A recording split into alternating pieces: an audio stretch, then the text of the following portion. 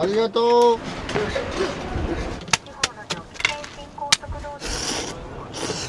まい。めっちゃうまいやんこれ。最高っす。うまいっす最高っすやっぱ。ごちそうさまです。美味しかったです。500円でこれを食べれる幸せは凄まじいです。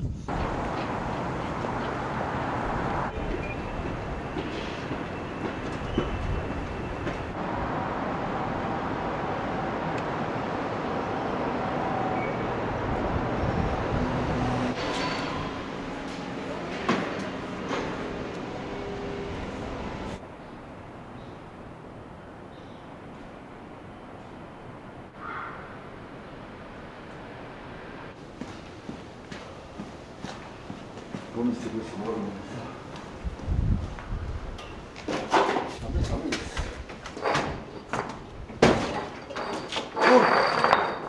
よし、行きます。よいしょ、よいしょ、よいしょ、よいしょ、よいしょ、よいしょ。よっ。左へ行きます。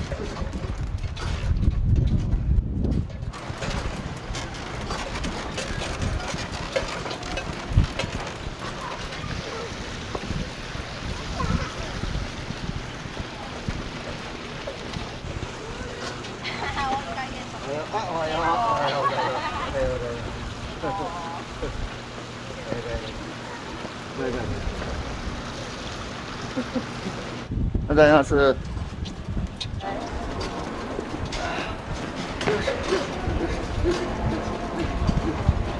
ちょっと下がるのきついな。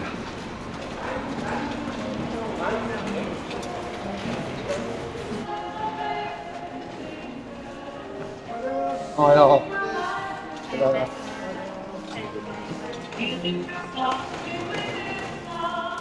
おはようございます。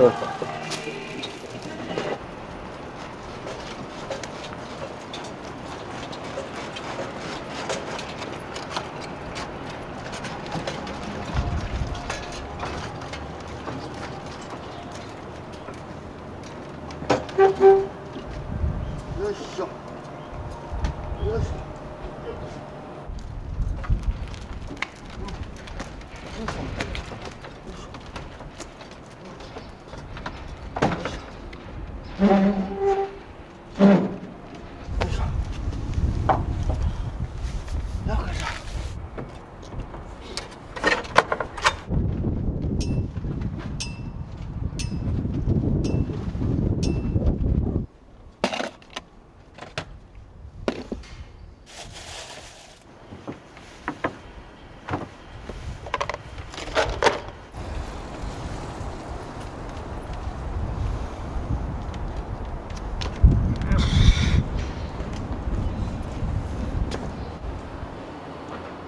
休んだ。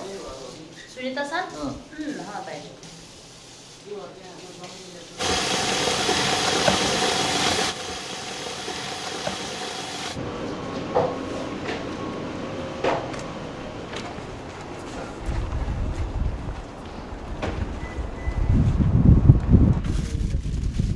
おはよう。風が強いね。今日はゴルフじゃなかったの、ロッタ。はい。名古屋コーチンを使うと変わりますか？ああ、違うね、やっぱね。だいぶ違いますよ。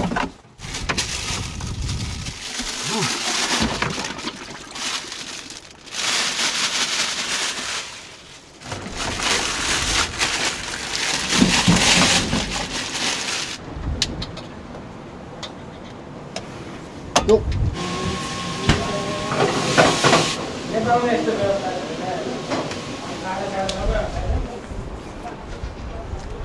スープ中に入れるやつ。あ、そうなんですね。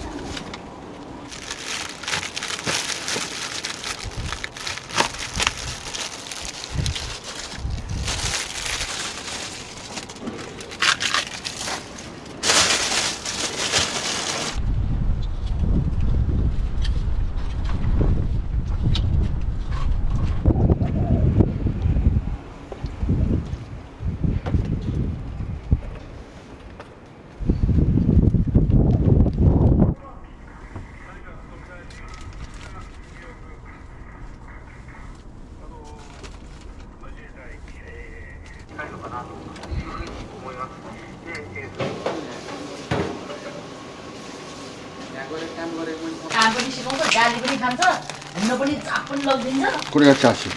जे पनि खान दिन्छ これは逃げगाईलाई 逃 सब げ भन्दा होइन चन्न पर्छ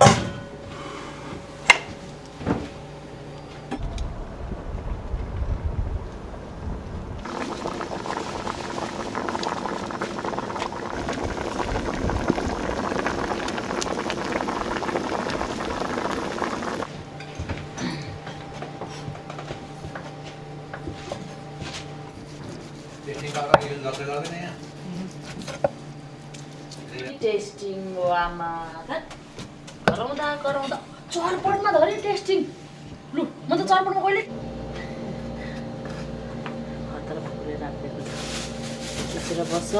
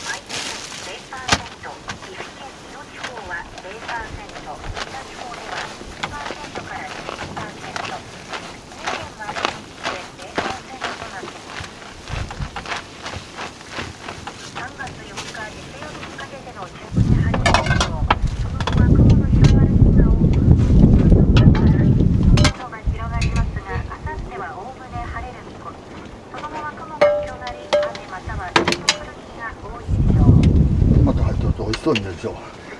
あんま見たことないですね、中華スープでトマト。多少はね。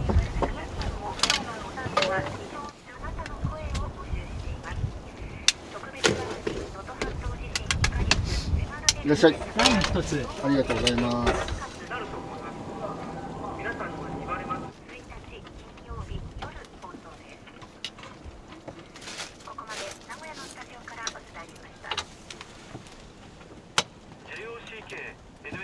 はい、お持ち。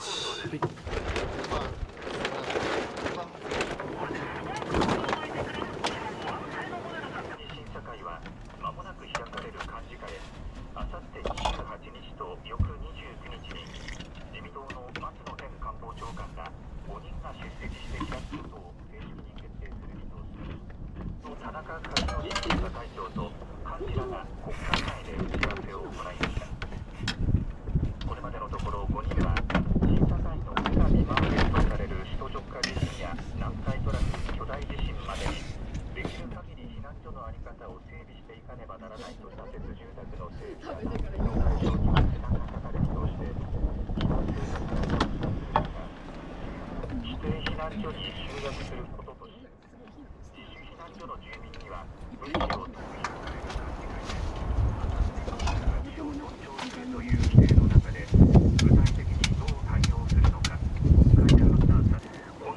補正予算で設計の支援などに必要な予算を確保しており、来月末をめどに地域などに関するごちそうさまです。どうぞ。はい、ごちそうさま。どうぞ。どうぞ。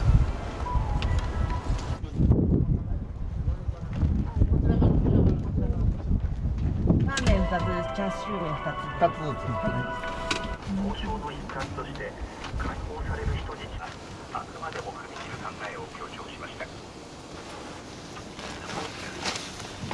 来月10日に照ノ富士は先月の初場所千秋楽で13勝2敗で並んだ琴ノ若との優勝決定戦を制し10回目の優勝を果たしました。今日は来月10日にありがとう。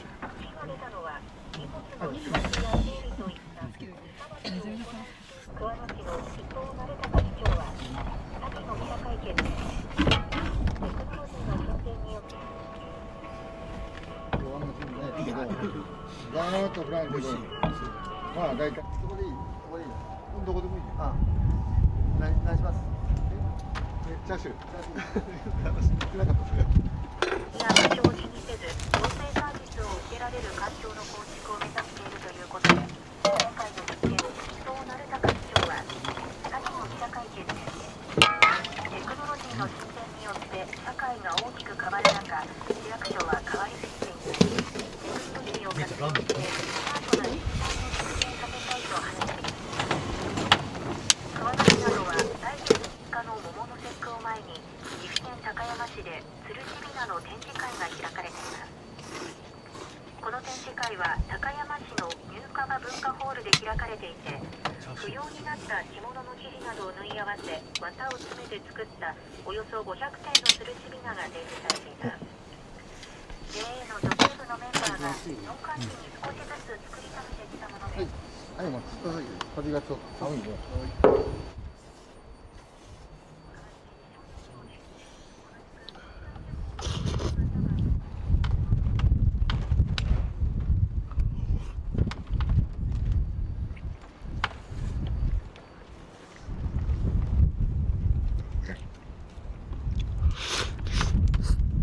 強いとで飛んでっちゃうよ。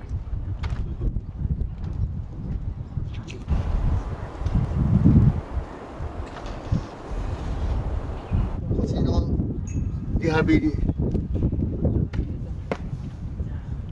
ああ、痛い。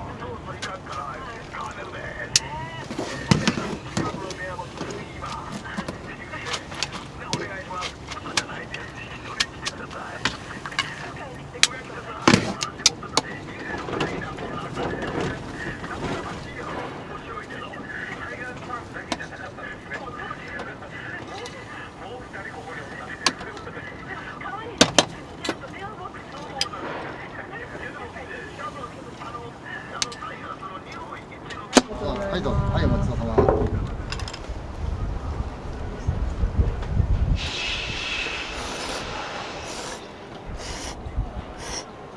見に来るんですか？いや初めてです。あ、そうなんですね。はい。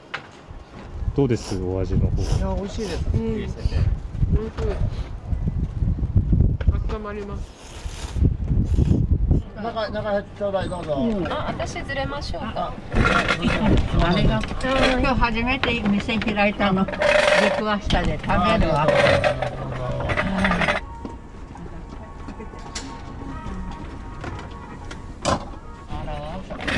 乗ってくださってありがとうね。ああ、大丈夫です。面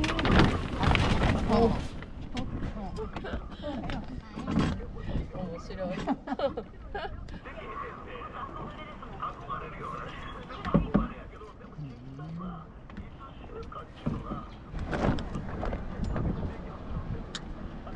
風が強い。お正月や。飛んでく。飛んでくだからね。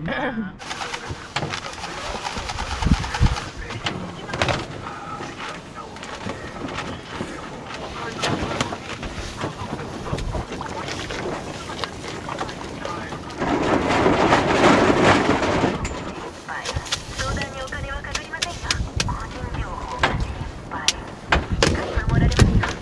法律にのっとった国の制度なので、案内だけでも聞いてみませんか。原先輩、第一特捜弁護士です。ビジネスの弁護士法人。物流業界が取り組む働きやすい環境づくりを体感する愛知県トラック協会就職面談会3月3日ピンクアイで開催。お待ちどうさまです。はい、ありがとう。どうぞ。はい、お待ちどうさま。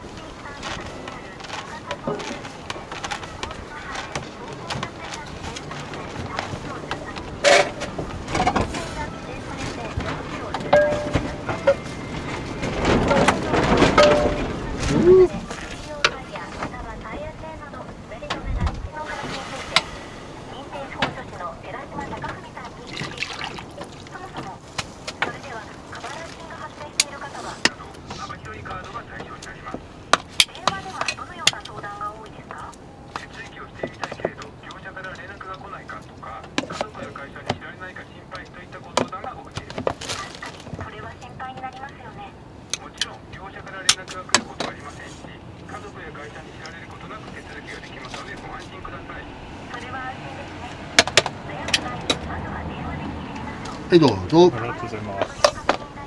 いただきます。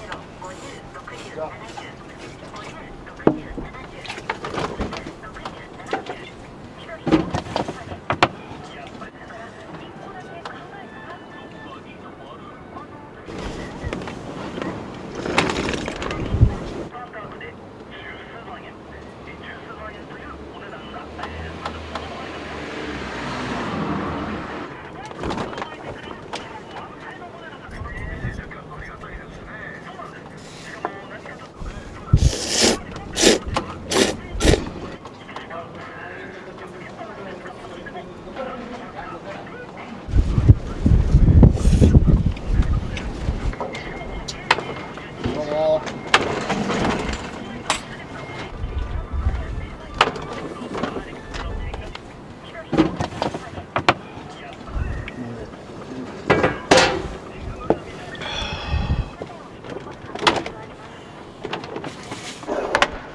風強すぎ。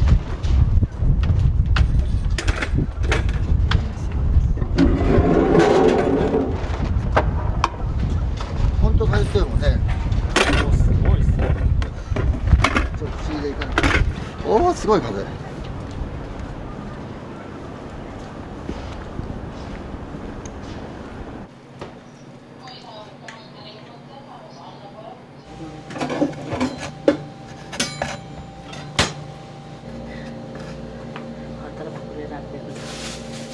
ちらこそ。こんに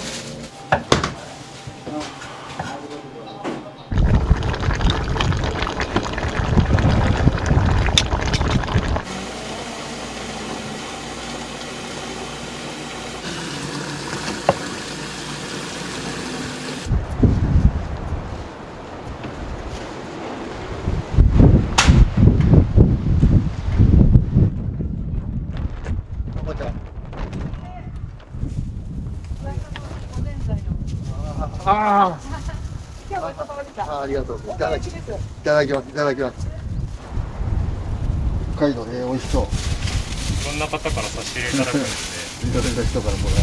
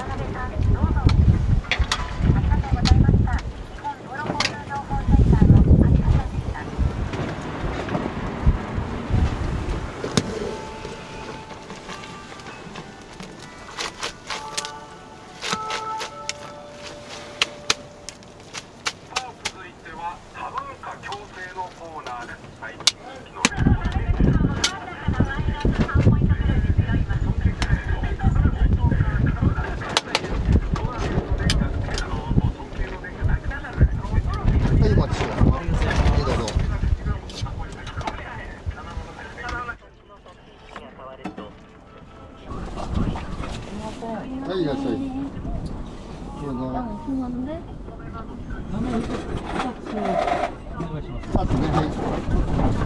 韓国からです。ユーチューバーさんがなんか美味しく食べた映像を見て聞いたんですけど、はい。今日初めてですか？初めてです。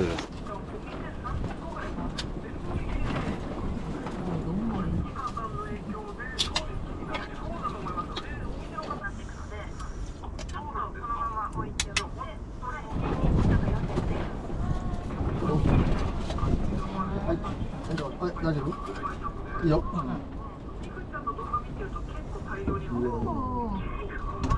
い、いい？はい。胡椒ある。こういう辛いの。あ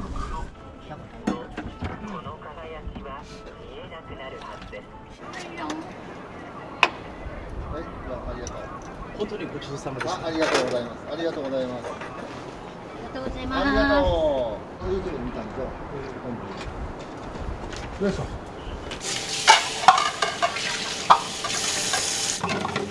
म त सानगाछदेखि जाँदैछु म तいらっしゃい。何名様。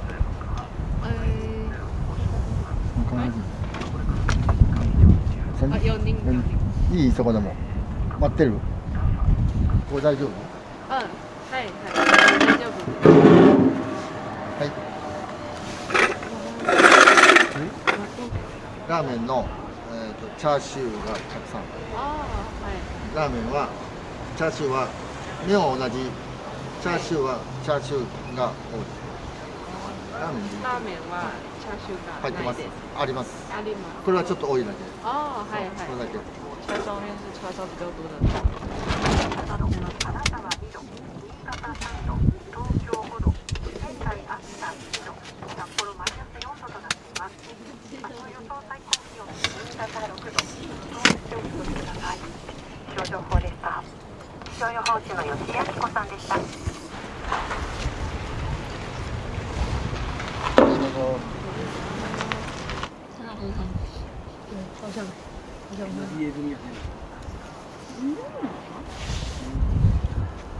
美味しいですか？美味しいですか？美味しい。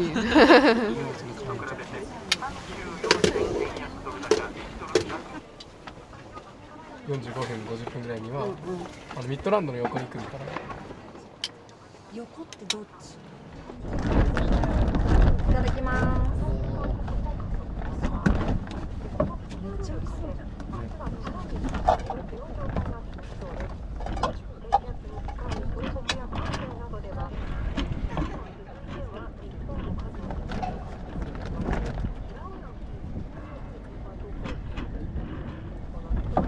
ごちそうさまです。美味しかったです。どうぞ。奥からどうぞどうぞ。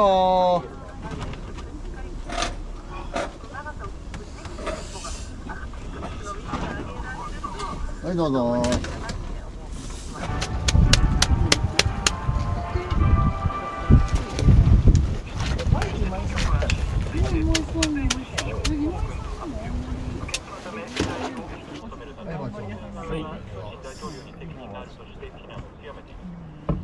ロシアがウクライナに侵攻して今月24日で2年、3月半ばにはロシア大統領選挙を控えています。ロシア国民はどう受け止めているのか、大統領選への影響はあるのか、そして今後のロシアの行方はどうなるのか、長年ロシアの世界を続けているジャーナリストで専門解説者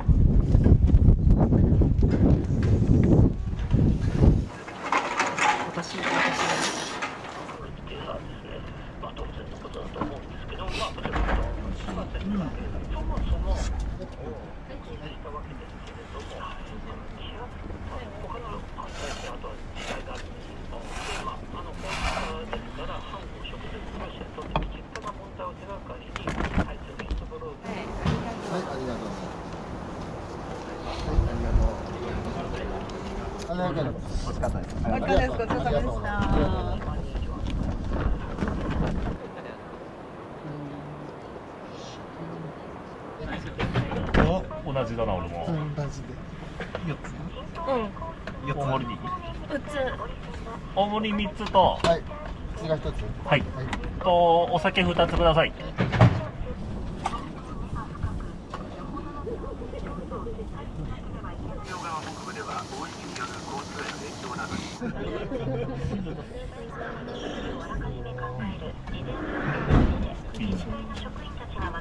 習会が今日三重県鈴鹿市で開かれました。問題を受け、衆議院政治実践分科会の開催の在り方について与野党が協議しました。しかし、公開の時期をめぐって折り合いがつかず、引き続き協議することになりました。ごめんね、まず大盛り2つ。大盛り2つね。はい。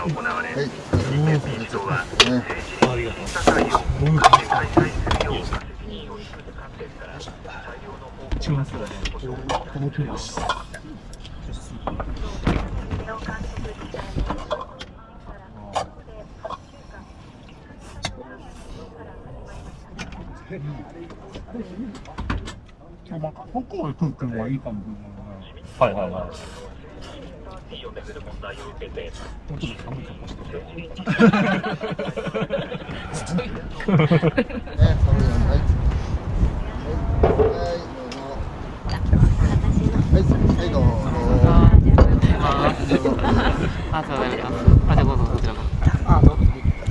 私は胡椒をかけるな。でも全部飛んでっちゃうだろうね。でもね。飛んでっちゃう。出た。風で。ほら、全部飛んでっちゃう。いただきます。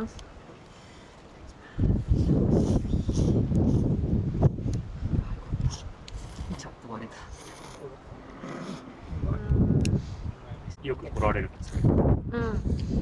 500円でこれを食べれる幸せは凄まじいです。週1ぐらいで来てます。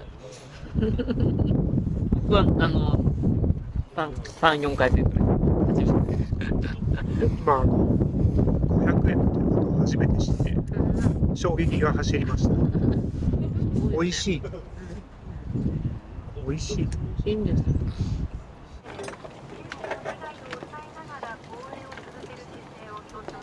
ありがとう。みたいな。紐みたいな。私がおごってます。1500円。はい、ありがとう。ありがとう。ごちそうさまでした。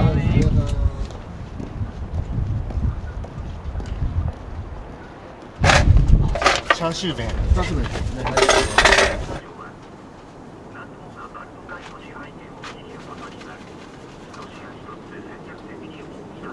元国連大使はバイデン氏にトランプ氏が勝てるとは思えない。私は大統領を目指すが、地元の南部サウスカロライナ州の予備選挙で敗北した後です。これまでの全ての候補者へのトランプ氏に敗北したAG氏はおよそ20ポイントの差をつけられましたが、選挙戦継続を表明しました。ところが25日、アメリカの主要メディアはヘイリー氏の選挙戦を支援してきた大口の献金団体が資金の提供を停止することを関係者に伝えたと報道しました。団体はこの先の候補者選びでどうぞ。はい、ごちそうさまです。どうも。よくできるとは思えないと指摘しているということです。団体は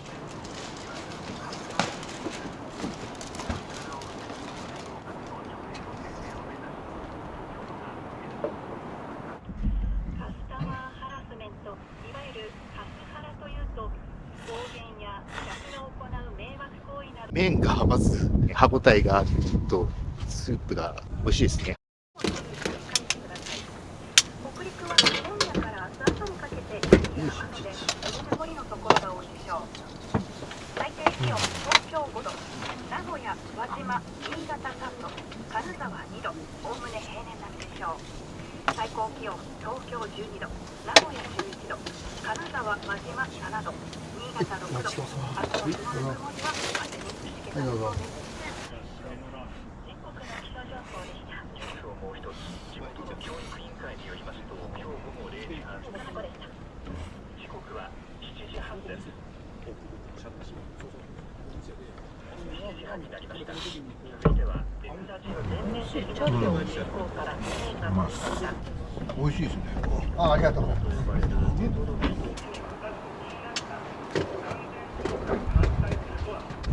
ラーメン2つ。ありがとうございます。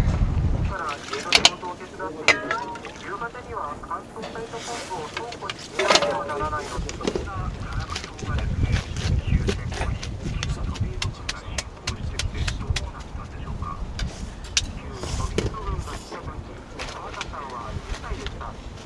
今ではかななりの人が自力で脱出したそうなんですが、買うことにわずかながら共存していた時期があったということですかね。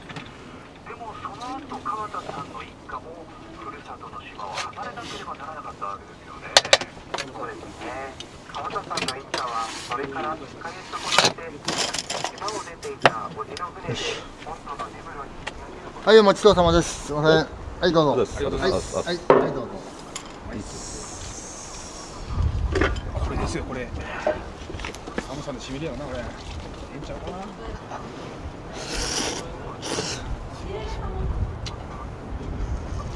うまい。めっちゃうまいやん、これ。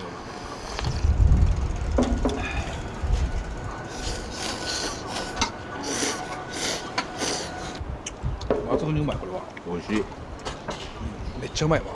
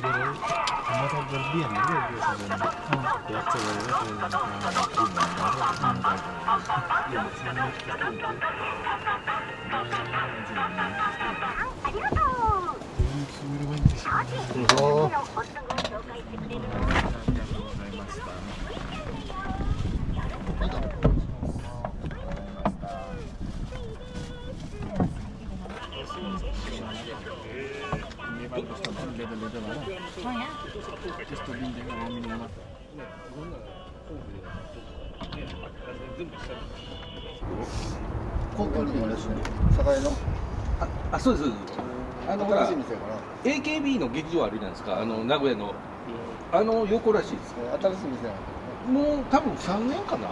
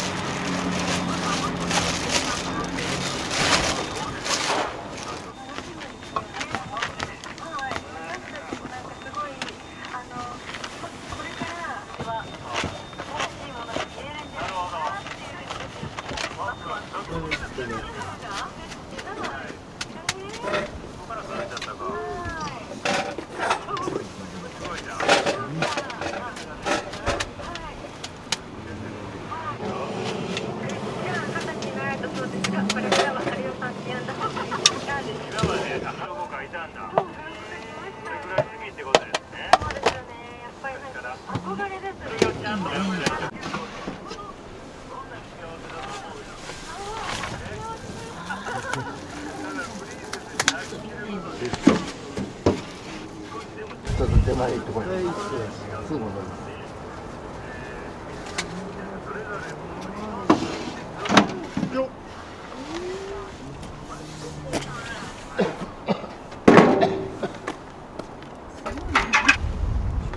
すぐ戻ります。はい。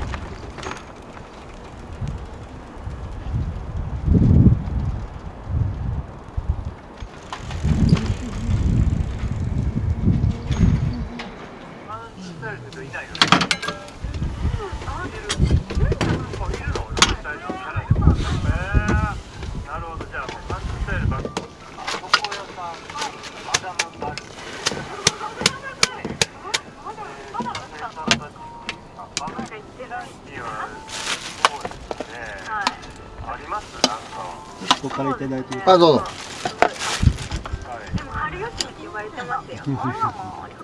ごちそうさまでした。こちらチャーシュー。はい。これラーメン。はい。はい。ごちそうさま。ごちそうさま。ごちそうさま。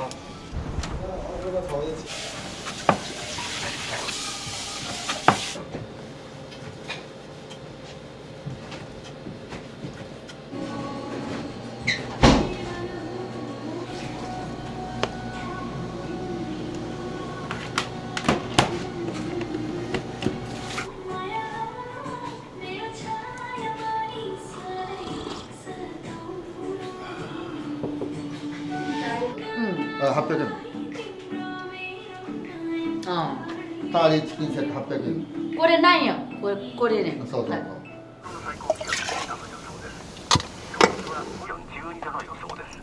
四国は太平洋側はおおむね晴れる見込みで、瀬戸内側は晴れ間がありますが、はい、ありがとうございます。はい、ありがとうございます。雨が降る。敵の寒さはね、超えたけどね。まあでも形ちょっとやっぱ。工事のため、明日の午前5時まで通行止めになっています。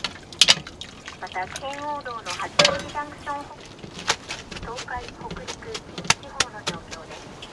新東名高速道路の上りは、岡崎東インター付近で工事のため、1キロ半の渋滞です。新名神高速道路の上りはの流れは順調です。日本道路交通情報センターの飯野がお伝えしました。はい、ありがとう。はい、ありがとう。よいしょ。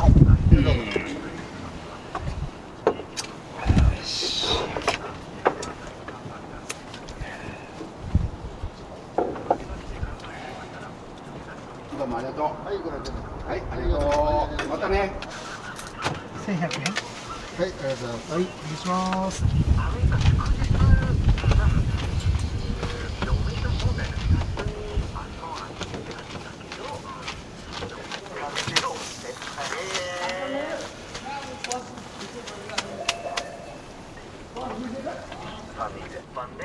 入れないけど、お店との関係がこういう人あるから、ちょっとだけ入れてもらえることになりました。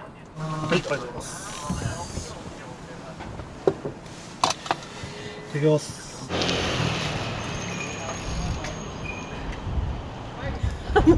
今車に乗ってくるの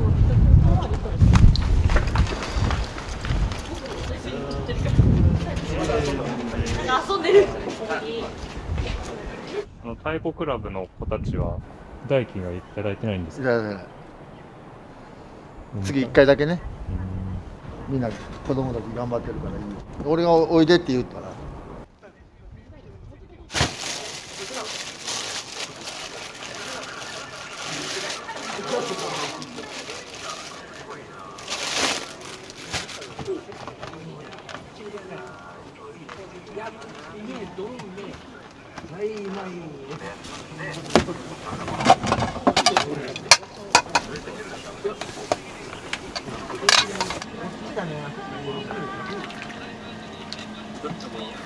男だけのクラスでその高く。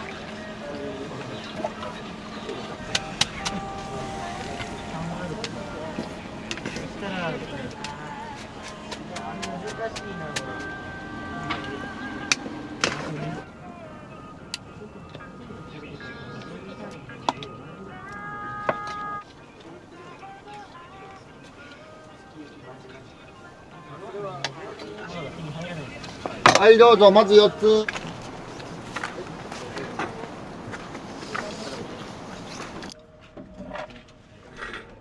箸は後で持っていくからね。後で持っていくから。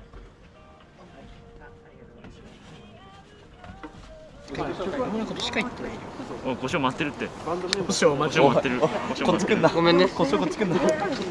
俺猫舌がだから食べる。楽しいね、檻の中で。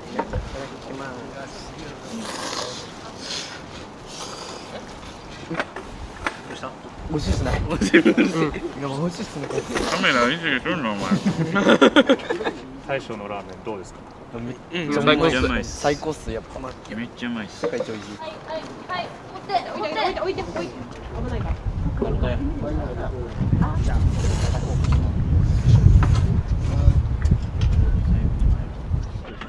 入って寒いから。月曜日は子供が来た。そっか。初めて見た。初めてだった。いいのここ。大丈夫？すごいな今日寒いよね。やばい。こうしたら鏡原が遠くから見えるんですよね。そうなんですか。鏡ヶ原来てたんですか。そう。車で1時間2時間かけて。すごいですね。すごいよ本当に。もうヤムヤムさんのラーメンを食べにってことですか。そうです。それだけの価値があります。あるね。ごちそうさまでした。ラーメン一つね。はい。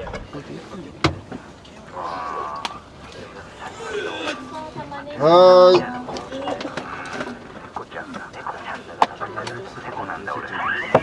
はい、どうぞ、これ大盛り。はい。はい、どうぞ。はい、お待ちどうさま。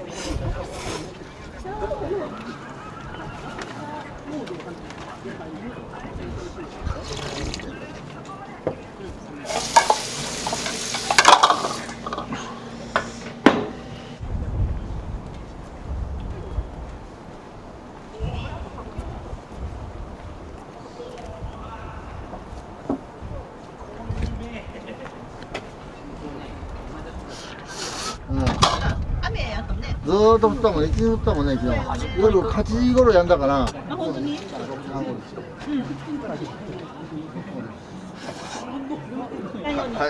ありがとうね、ありがとう、ありがとう、ありがとう、おやすみなさい。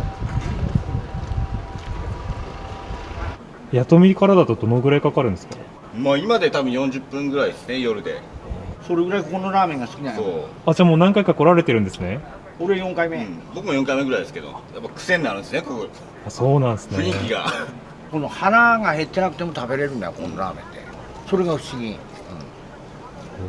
残したことねえもん。残したことね。カエル君の中に行ったらあれだな。値段下がるかなと思って。ああ。そんな、いえ、何も言っちゃらへんです。どっか行ったね。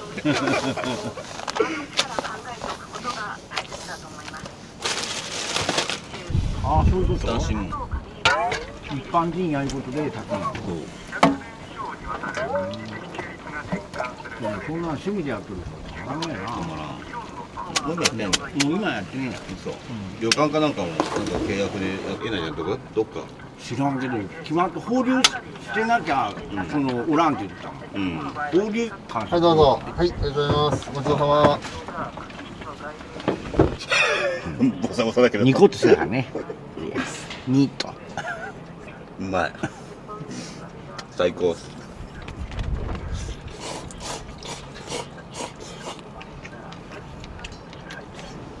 今日はよかった前になるんで、前回はもう麺がなくなったら言って灰を閉めてもらったの。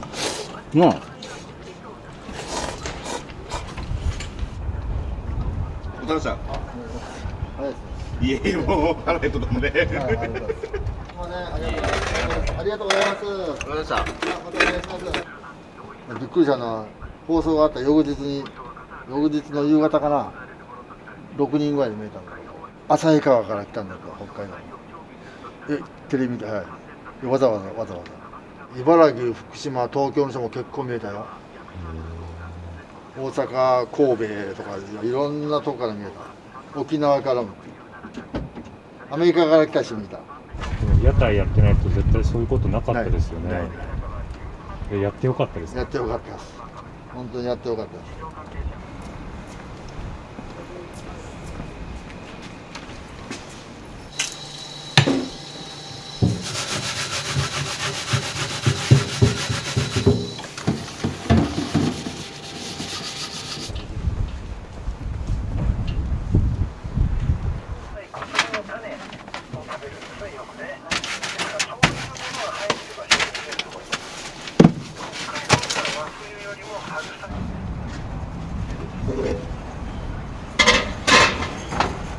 よいしょ。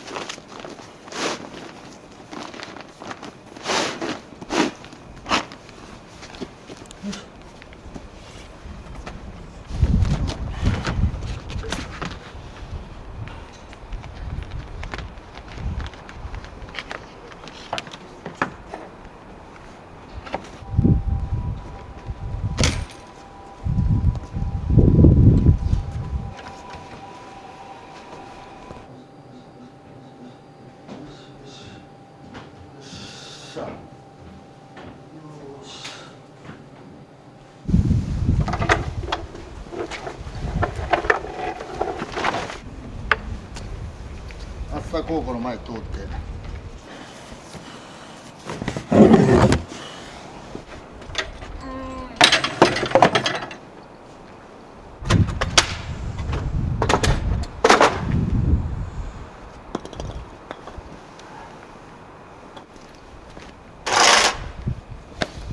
いしょ。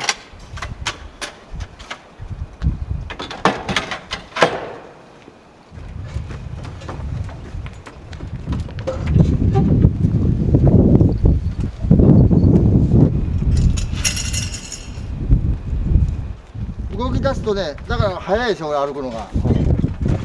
ゆっくり歩くより早く歩いた方が楽でいいもんで。なるほど。ゆっくりだとなんかこう重たいんだ、タイヤが回るから。このぐらいだとね重たいし。だからちょっと最初こうやって引っ張るともうタイヤが回るじゃない。タイヤが回るとね楽なんですよ。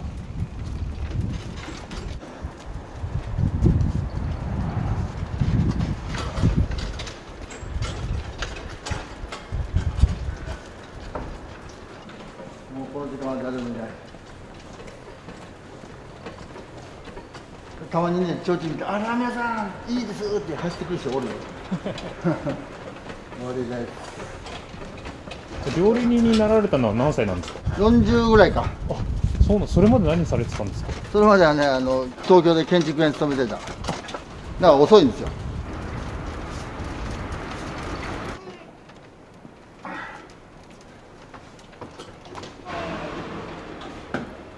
よいしょ。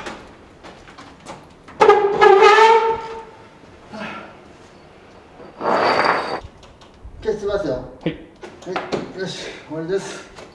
お疲れ様です。ありがとうございました。ありがとうございました。気をつけて帰ってね。はい。よし。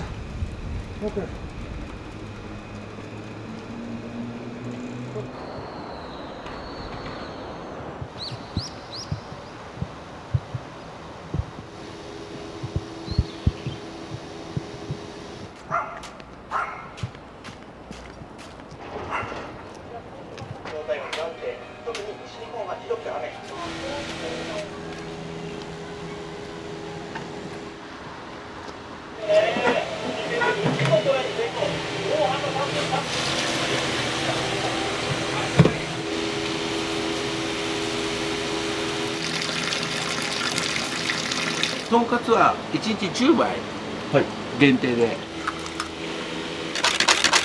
切り込みとかはもう業者の人がやってくれてて、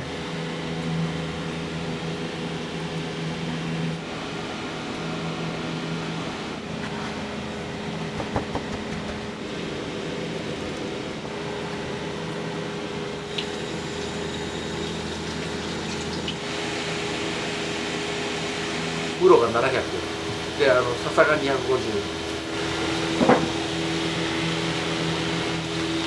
こっちが700。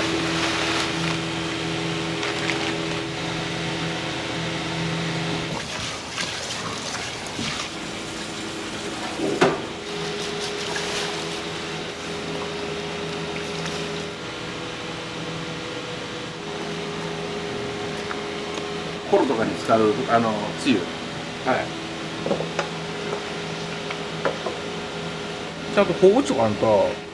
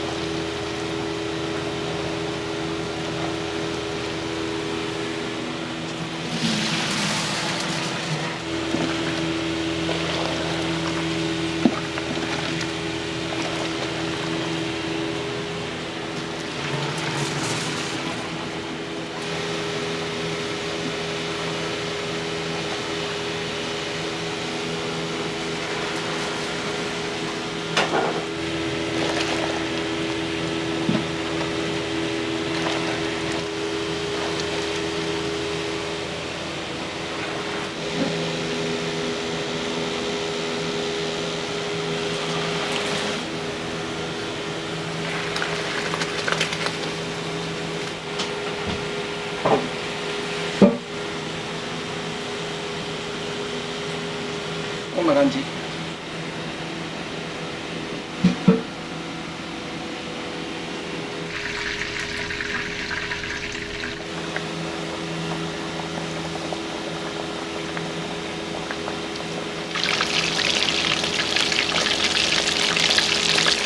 からもうカツはもう昼までがもう売り切れちゃう大体。そうですね。はい。早い時間なくなるんですか。はい。もうほとんどカレーうどんですか。そうでも9割方カレーうどんね。ただ土日とか、まあ家族連れとか来るじゃないですか。だから大体ラーメン頼んだり。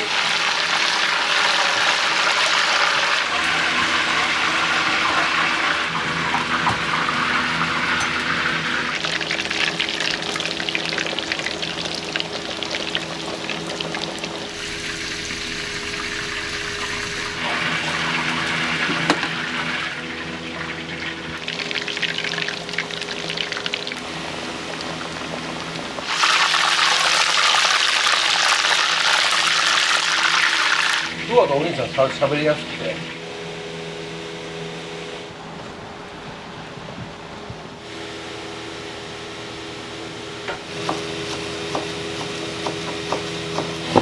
カレーの中に入れるね。でこの箸はだし、スープに取る。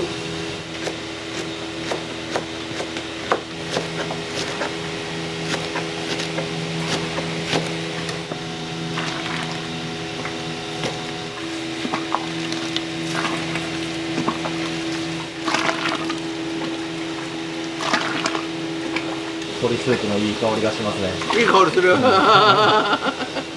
いや意外と嫌いかなと思った。なんかこういう匂い。いや全然。カレー粉屋さんに行くの。でそれでかつぶしもあるんだけど、めっちゃくちゃ匂いの。行っただけで何にもしてない削り節でさ、ものすごいいい匂いする。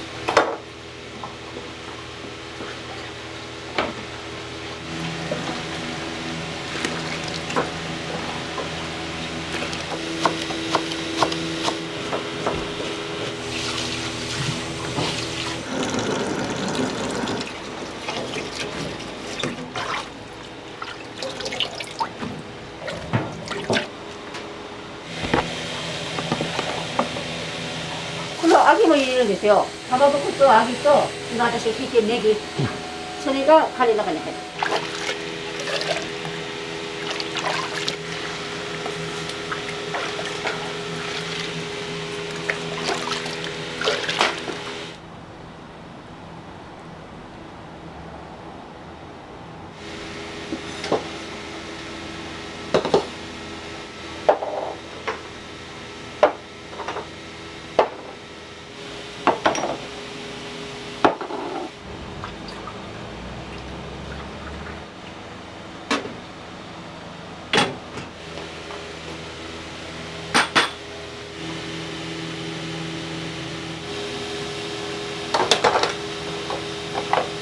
ね、冬になるとね、こういうのやるね、イカリングとかやるよ。だけどもう今夏はね、カツ自体がそんなにもう出る可能性も少ない時もあるもんね。ので、まあ今こっちだけやめてる。冬になったらまた。そう、やろうかなと思って。でもね、カツはね、意外とまあ人気があるんですけどね。それで守ってきよ。もうね、8ね。もう出るときはすぐに11時ぐらいで見れるね。明日から阪神か。阪神？阪神でドラゴン行らんか。3連勝したらドラゴンのか。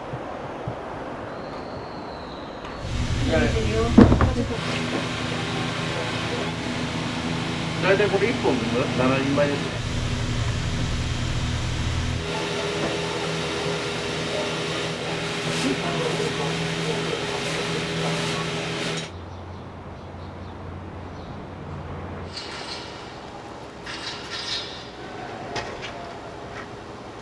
朝から製麺とかまでされてた。ああ、そうそう。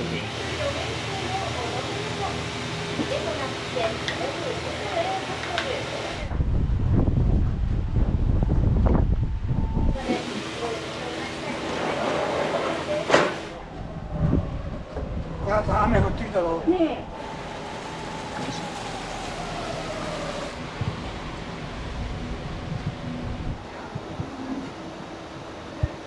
中におるでわからなかったろ。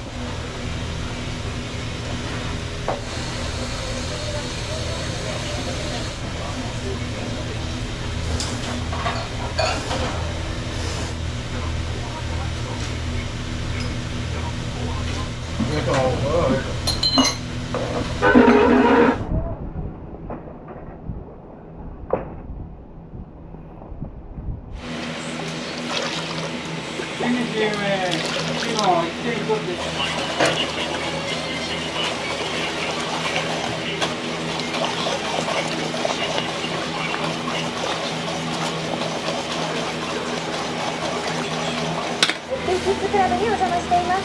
松原先生にこちらの魅力を50周年を迎えた KTC グループが運営しています。一つの特徴は楽しいから続く人。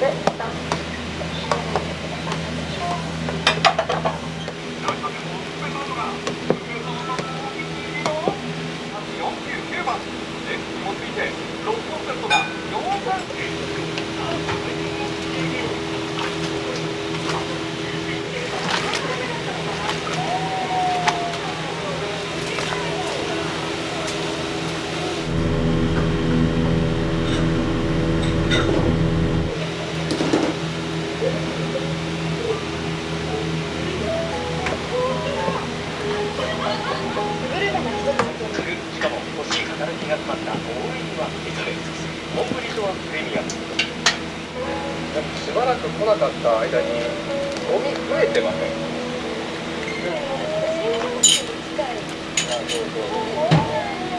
今バッと振り返るとやるぞって気持ちですごいしてほしい。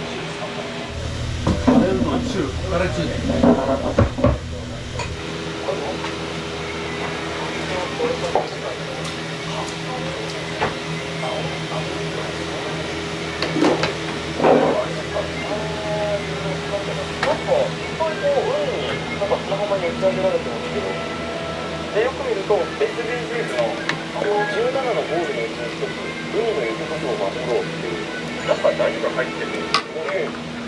国の得たことを守るため。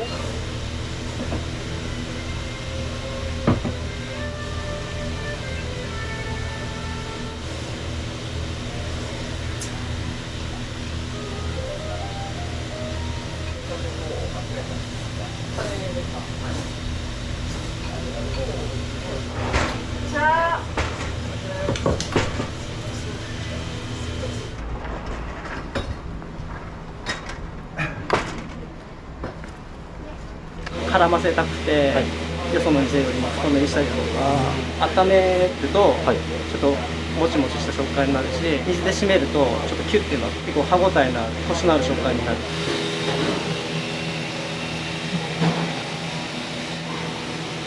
どうぞどうぞ。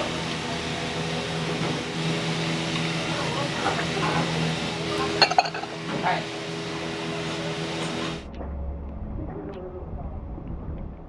じゃあカツカレー2つとカレーとご飯これ。はい。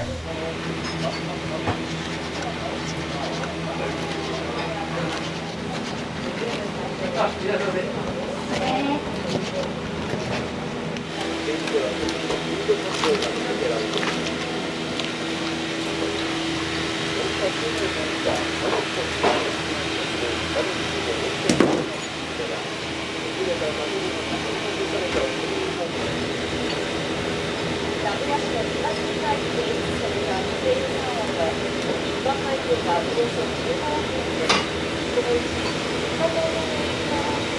そうね、これもカツカレー。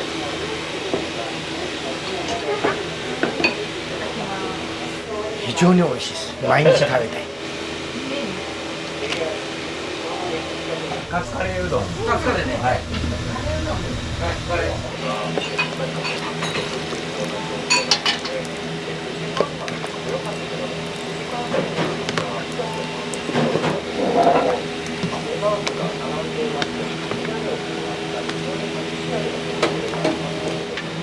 今日のようにですね、ところによっては局地的に激しい雷雨になり、ではこの先の天気の変化を10日間予報で見ていきます。はい、急な雷雨にお気をつけください。ああ、それ、カレードワン。はい、これ。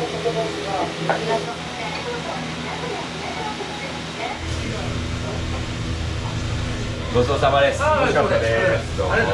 1050円。はい。どうも。ごちそ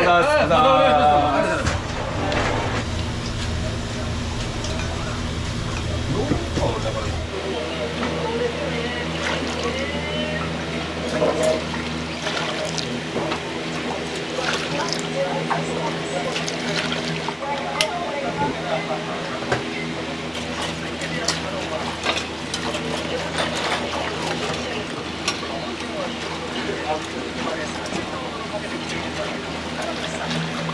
あ、オーディーです。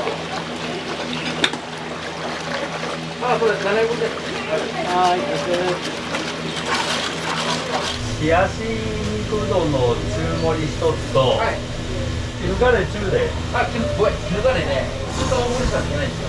じゃあ、大盛りで。大盛りですか。はい、すいません。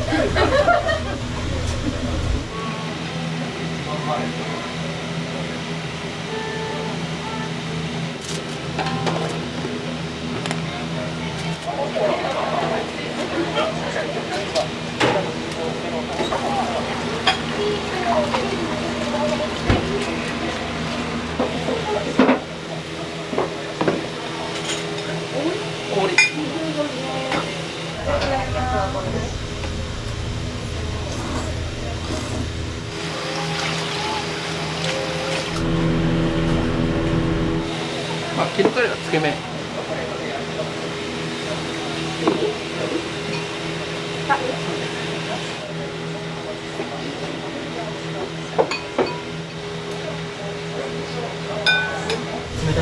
冷たいカレーね。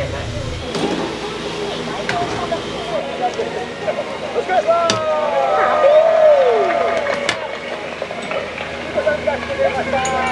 そうね、これ冷たいカレー。ごちそうさまです。あのね、1100円です。はい、そうです。あ、どうもありがとうございます。お願いいたします。カレーでご飯。うん、カレー美味しいと思う。時々食べたくなってくる。あの味の割り方好きなんだけど。カツカレーうどんライスチキン。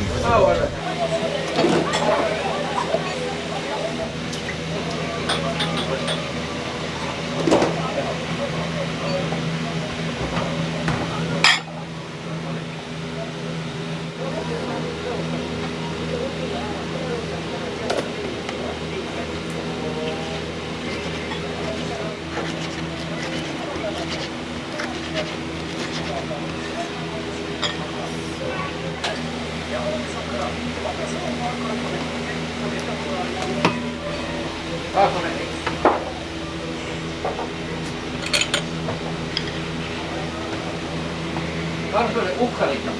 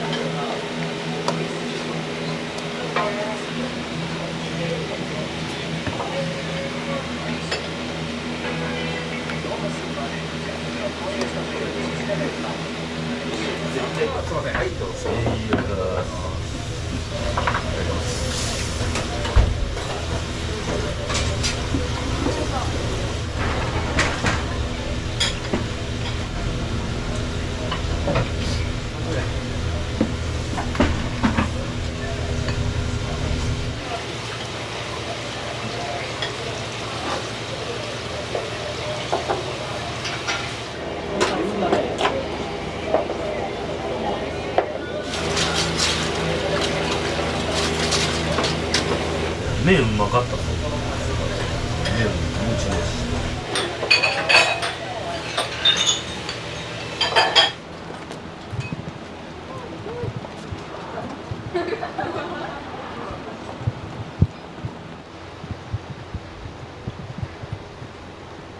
助かります。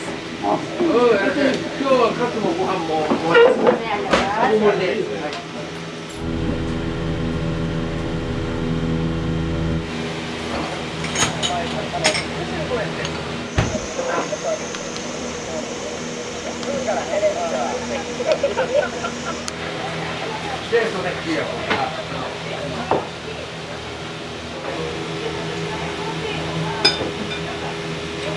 どうぞ。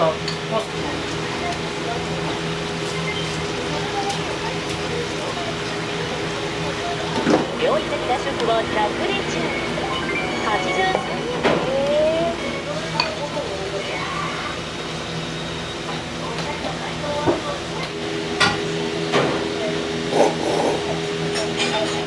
どうもあれだ。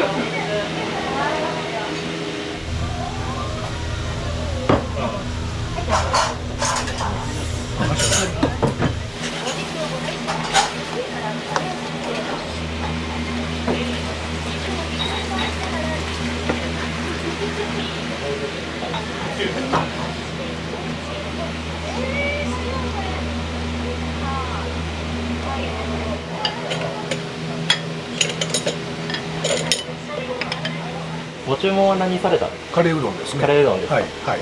どうですかお味は？うまいですね。久しぶりにうまかった。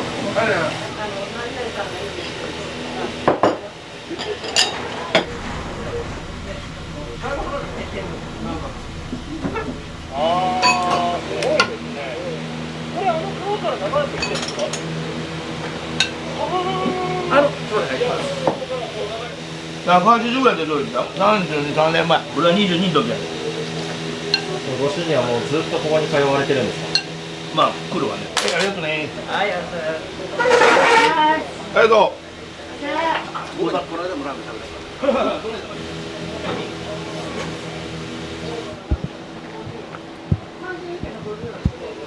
気をつけてね。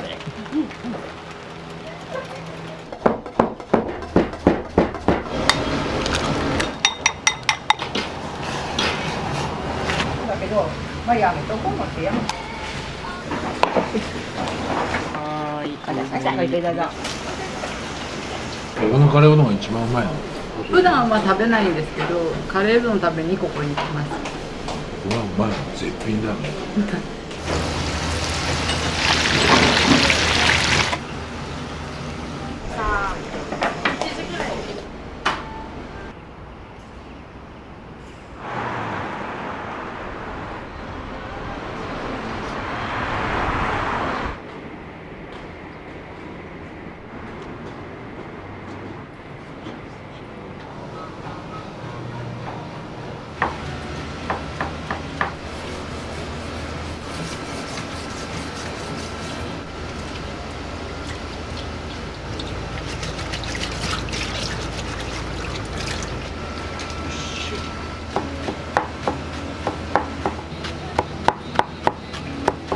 高校卒業してからですけど。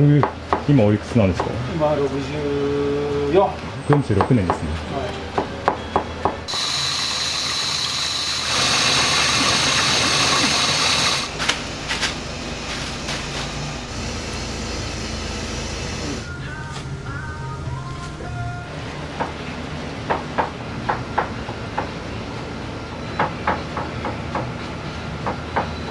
ちなみに今これって鰹節だけですか？2種類あります。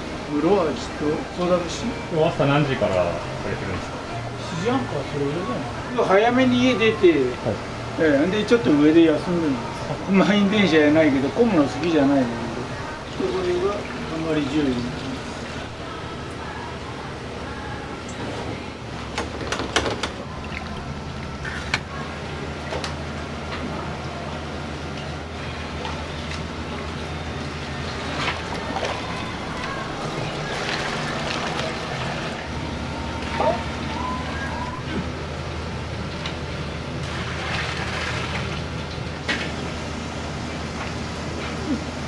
これ右です。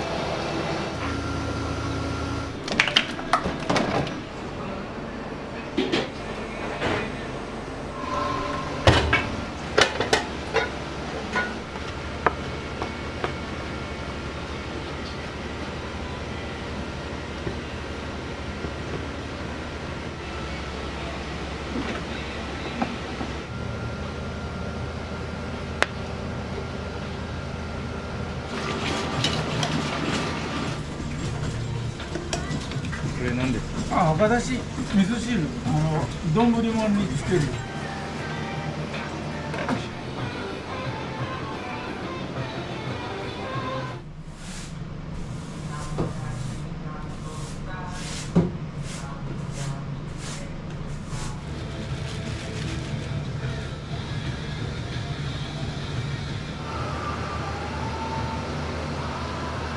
これは何用のお肉ですか？これはカレーとか肉うどんの牛です。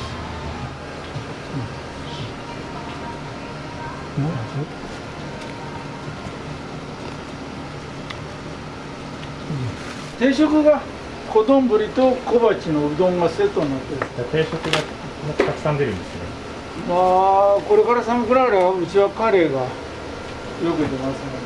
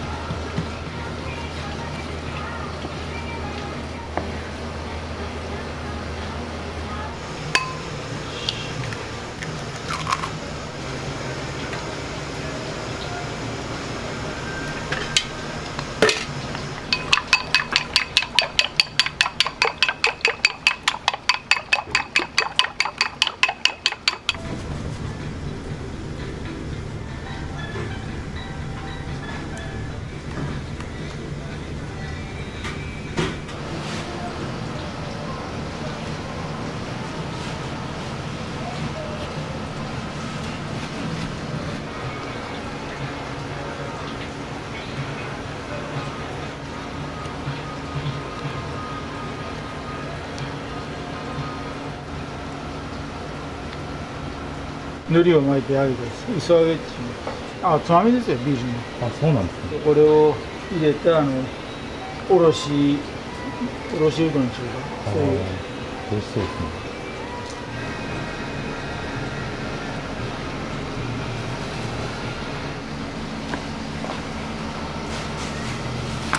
油抜きして、その後たまりと砂糖で味付けして。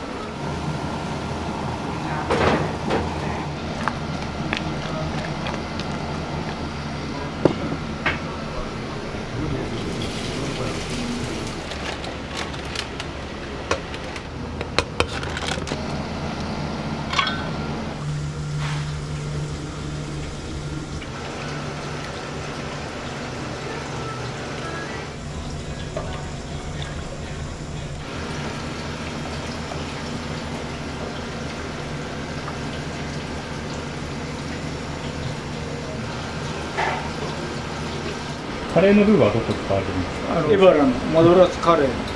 大概のところはSB の赤いカンカンのカレー粉と片栗粉で、それでとろみをつけて。その他に具材は入ってるんですか？だからうちの場合は牛とネギだけですね。あとは出汁を入れてって感じですか？白だしと味のないうちでいうバカだし。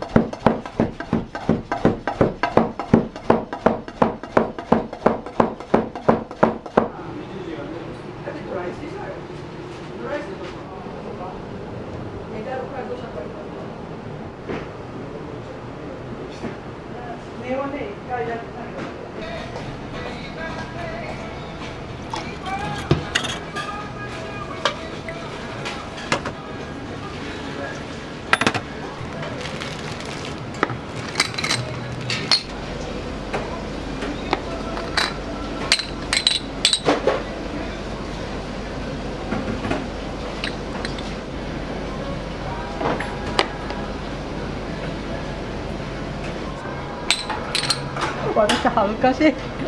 いいそんな。笹は呼んでいかないといけないわ。もう何十年も前とかですか？そうですね。あ、そうなん。中野さんはなんか46年ぐらいっておっしゃってましたけど。はい。もうちょっと後です。そうなんですね。はい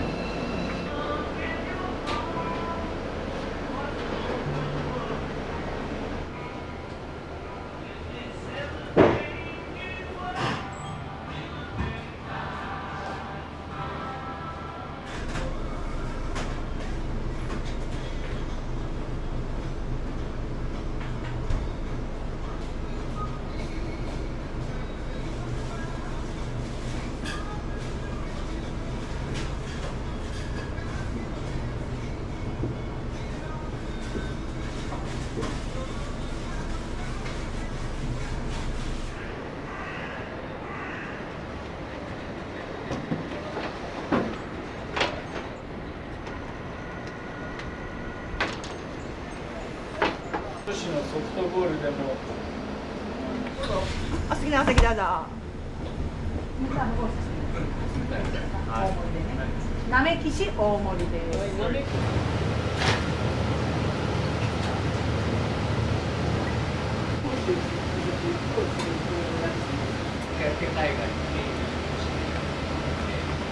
麺はうどんより茹で時間短いんですか？短いですね。太さがもう違いますから。おおむね半分ぐらいかな。もっと特にうちの場合はその塩水の濃度が濃いもんですから、作る明太の形をやっぱりきしめんの場合はちょっと薄めにしてみたりとか、うどんもできたらちょっと細めの方が本当はね、茹で上がりが早いので、そういうような方向にはしてはない。中山さんで何代目なんですか？私3代目。あ、そうなんですか。創業は何年になるんですか？昭和2年です。はいおじいさんが始めたと聞いてます。おばあさんがうどんを作っとったという話で笑っちゃいますよね。いやだからうちのおばあさんもなかなかのね、女傑だったらしくて、いまだにやっぱ親戚筋でも有名ですから。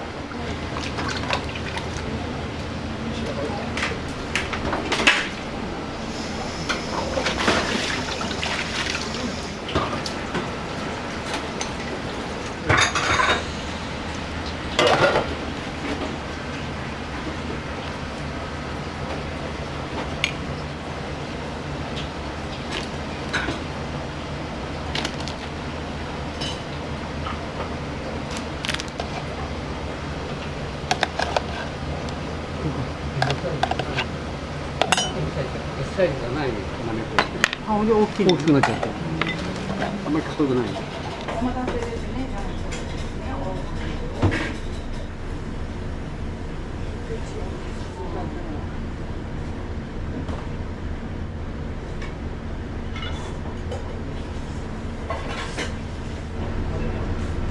おうどんでよかったです。おうどんでいい。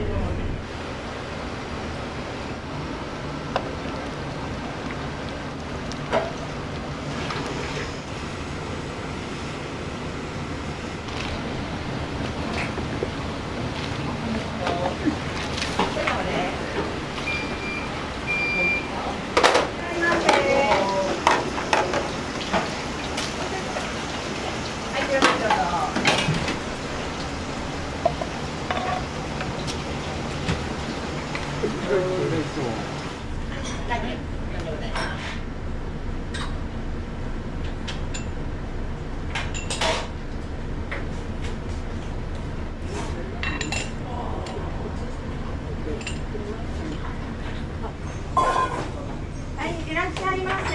お二人様。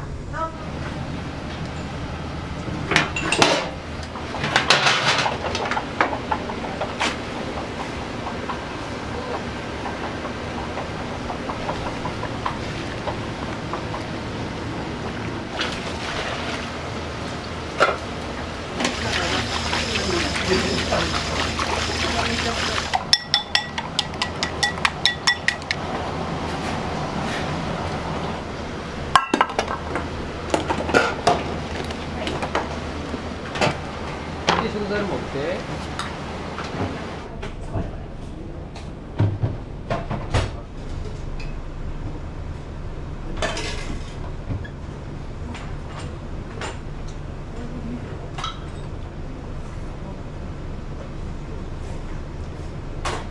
追加です。3番です。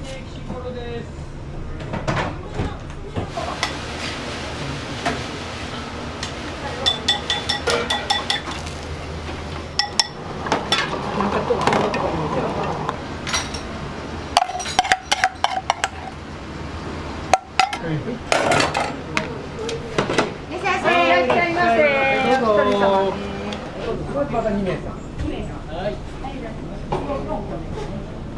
いらっしゃいませ。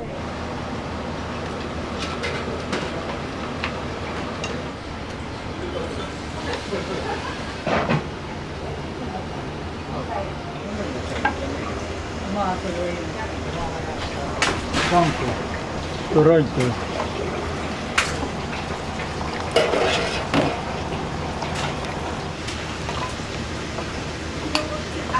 経路間違いです。経路間違い。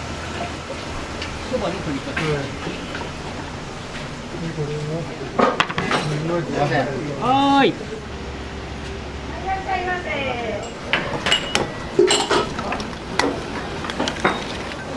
これで終わりですか。はい、鶏ケーザル、マグロケーザル、スキトロです。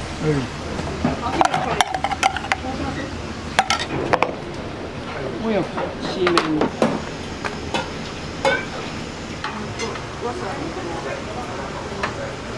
あと全部あっちまったけ。鳥系サンゴとか捨てやだよ。マグロきしめんでいこう。マグロきしめん11がない。失礼いたします。ライトセットお待たせです。はい。5万円の LED パネル。はい、いけるかな。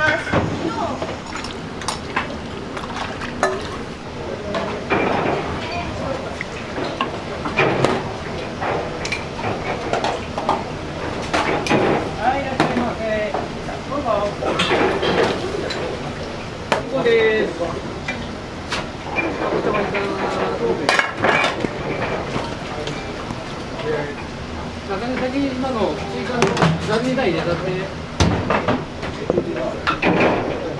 3本。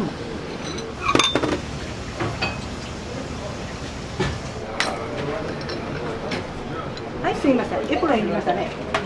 はい、入りました。ちょっと待って。これがないとね。カレーうどん屋さんはみんなこれがない。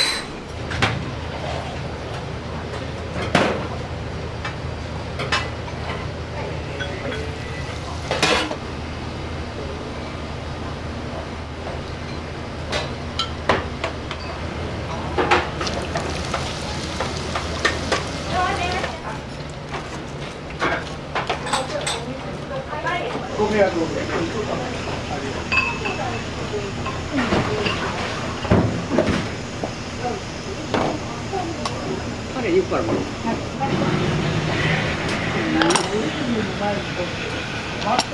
し、5番。鶏カレーは当番。鶏カレーは当番。このカレーうどんが一番うまいの。普段は食べないんですけど、カレーうどん食べにここに行きます。うまい、絶品だよ。ヘロがない。と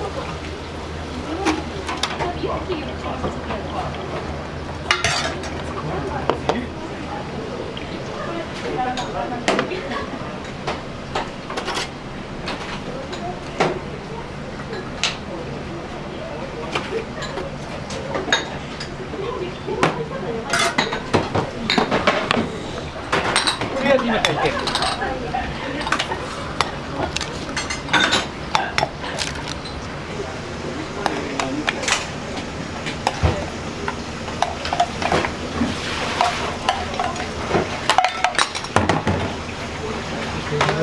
計が2個。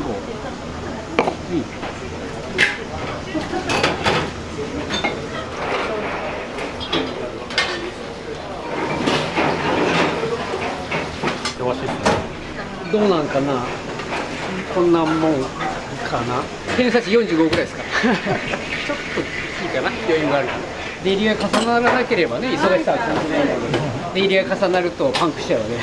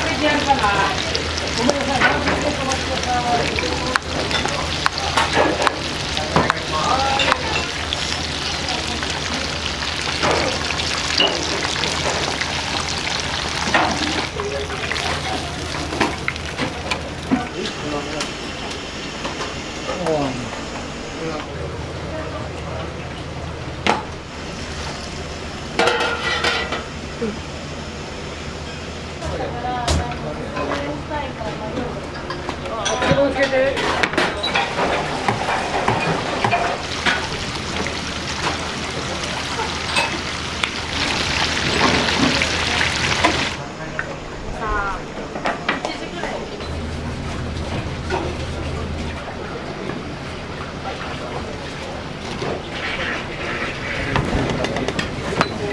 今日何か飲まれたんですか？親子丼とおろしそばです。このエビとかすごくないですか？このエビがすごいですよ。他と違うんじゃないですか？こんなエビ。こんな見たことない。え？見たことないね。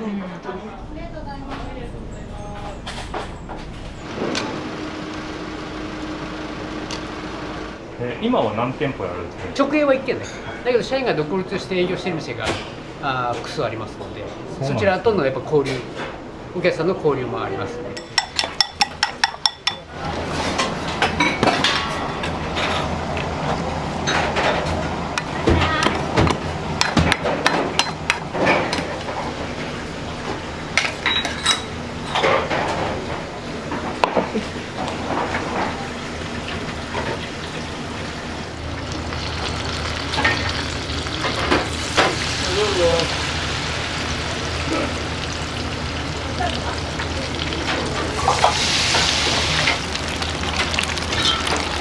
これは入っとるな。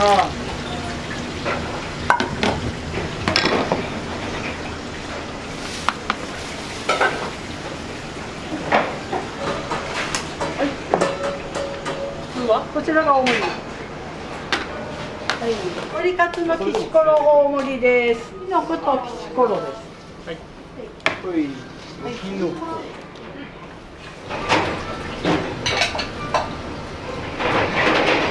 はい、ありがとうございます。ありがとうございます。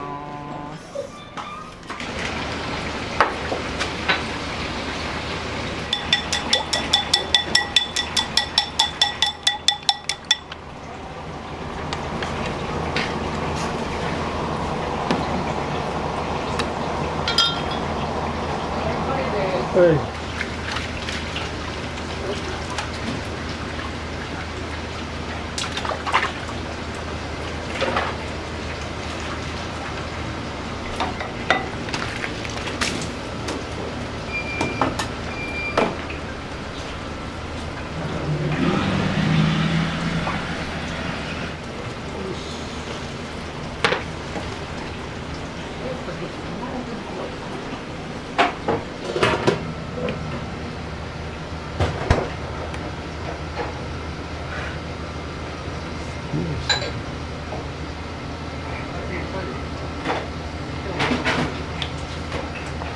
かかったらすいません。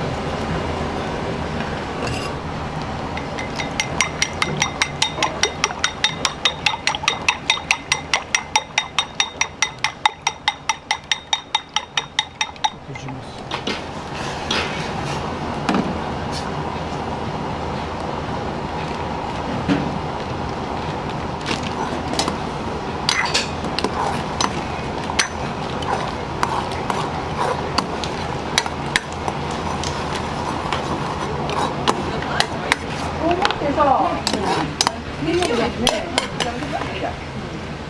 えてなんだけど、今日も用意はしたんだけど、まあやめとこう思ってやめた。でこれでカツ煮が完成です。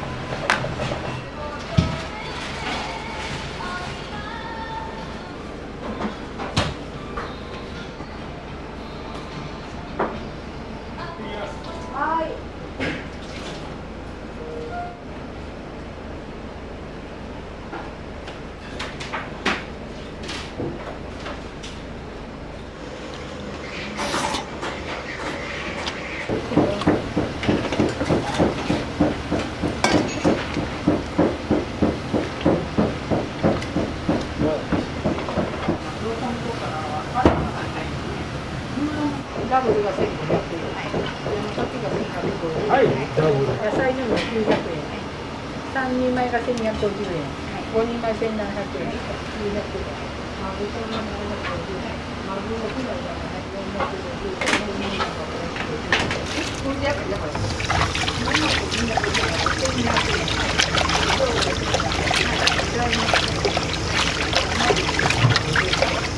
すいません。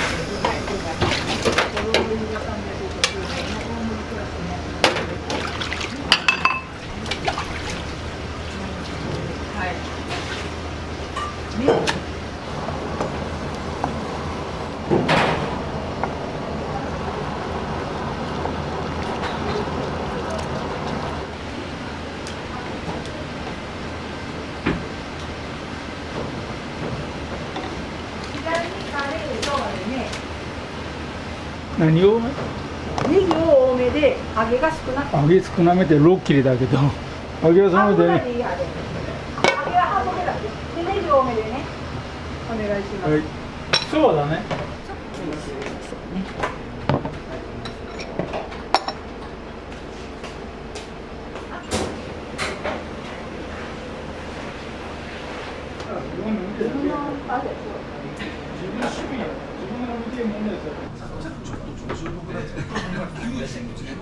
これだけのお客さんが見えるのはそば爺の人格とそばのうまさ。白くてそばなんだよな。これが俺が好きでさ、うまくて。や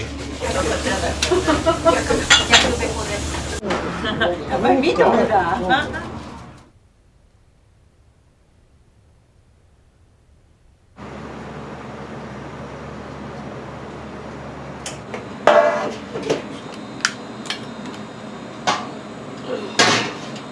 いつもこのぐらいの時間に起きるんですか？1日おきから出汁を取るときにね、時間がかかるもんで、それで早起きというか、出汁を取ってからそばを打つから結構時間がね、かかるわけね。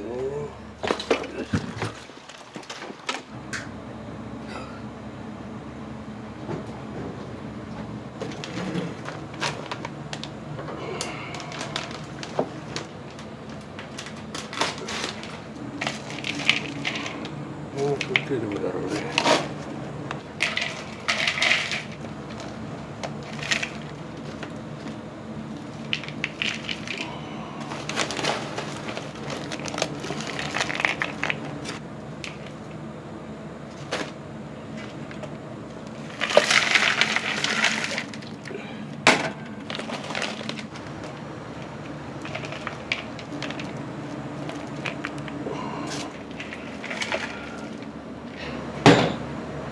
店によっていろいろだろうけどね。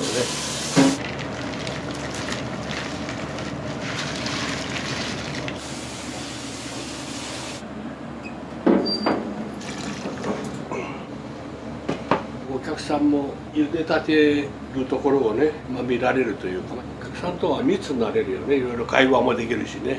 そういうのが好きでこの店舗を選んだんだけどね。どういった経緯があったんですか？東京でね、正月庵という蕎麦屋があってさ、そこで10年修行するとね、独立できるといういわゆるのれん分けで昔風で言うと、自分でほら店持ちたかったからのれん分けしてもらって、東中野というところで30年ほどやってたのよ。蕎麦の道60年近くなるわけか。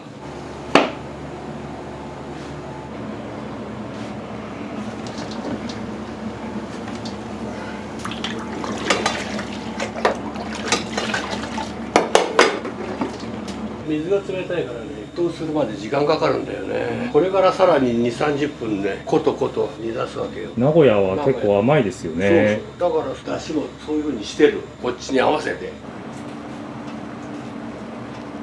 時間とこの色を見てね、だしが出たのを確認する。だんだんと色がね、飴色に変わってくるのね。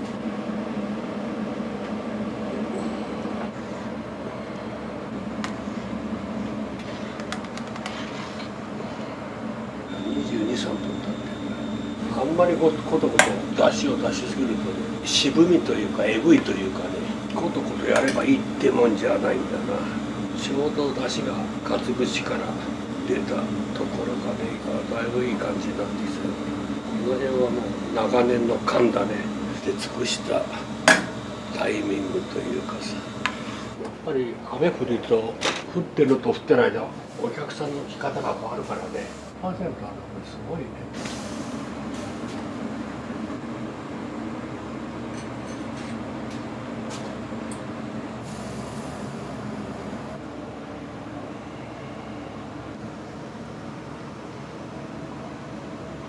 清水さんは今上で一人で暮らされてるんですか？そう。ご結婚はされてなかったんですか？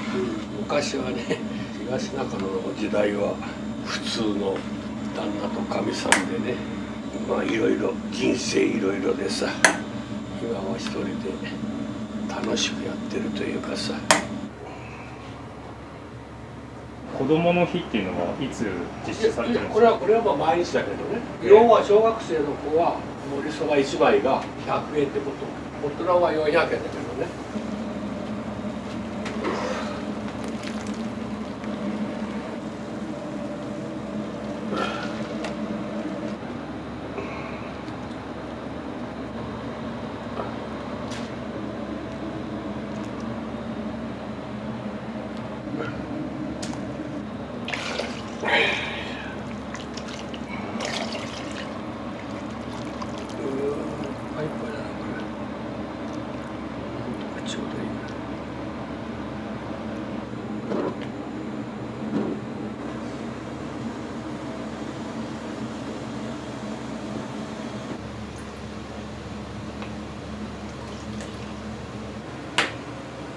西尾市のバイオイミリン。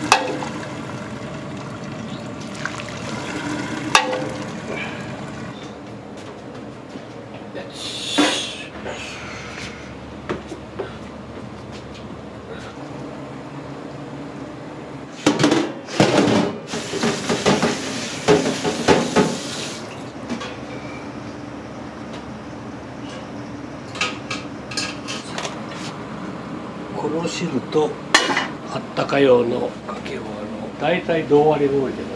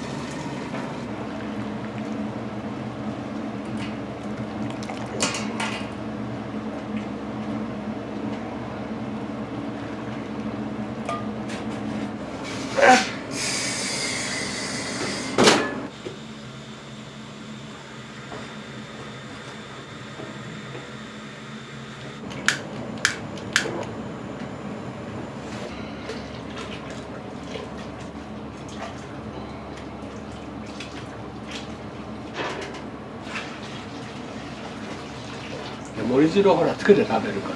オリジナルの方がちょっとかけ汁よりも濃い甘というか、返しと砂糖の入ったので、ちょっとねかけ汁にプラスした。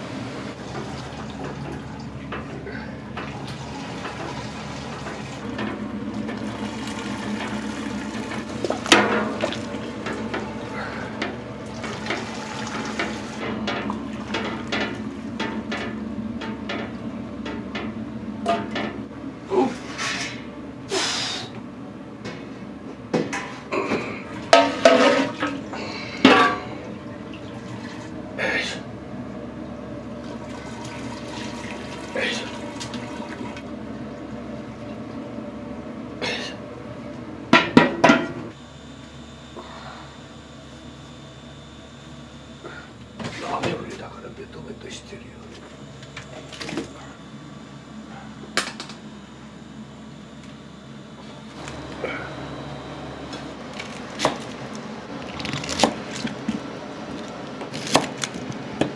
うどん県だからね、関東はそば屋が多いけど、特に名古屋は味噌煮込みうどんとかね。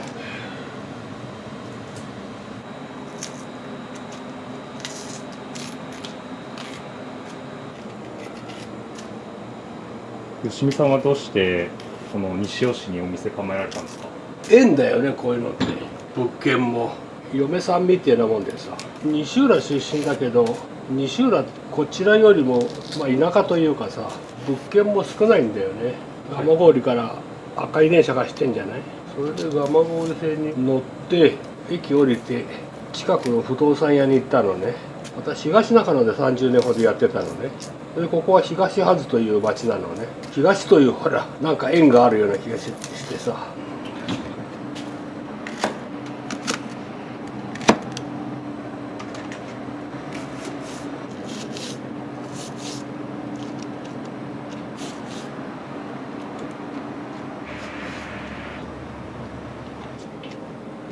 三段重ね鴨せいろ鴨といってさ、そこそこ人気のあるね鴨肉なのね。味の特徴としては旨味が強いというのかな。鴨肉ってちょっと硬いイメージがあるんだけどね、柔らかいよね。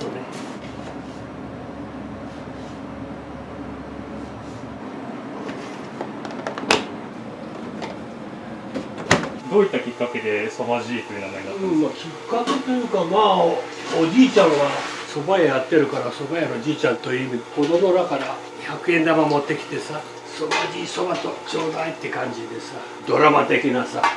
これはそういうのはちょっと夢的なとこもあったけどね。結構お子さん来られるの多いですか？土日は多いね。子供だけで来るのもたまにいるけどね。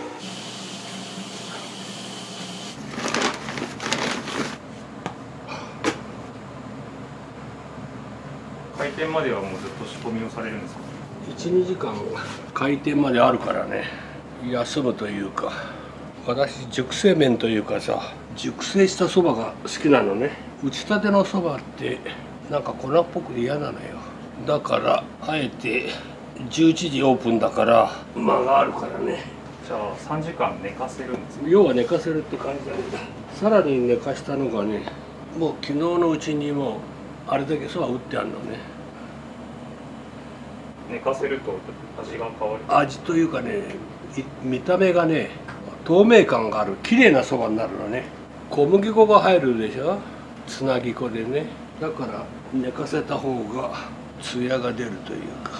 それはまあ店によってねいろいろだけどさ、一般的に2八ってのが多いよね。そば粉が8で小麦が2というのがね。吉見さんも同じ比率ですか？同じだね。今あそこでちょっと空回ししてさ、銭湯手打ちの店だとこの作業は手でやるんだけどね、ミキサーに頼ってるのね。それだけ楽できるから、だいたいが盛りそばで100人分弱かな。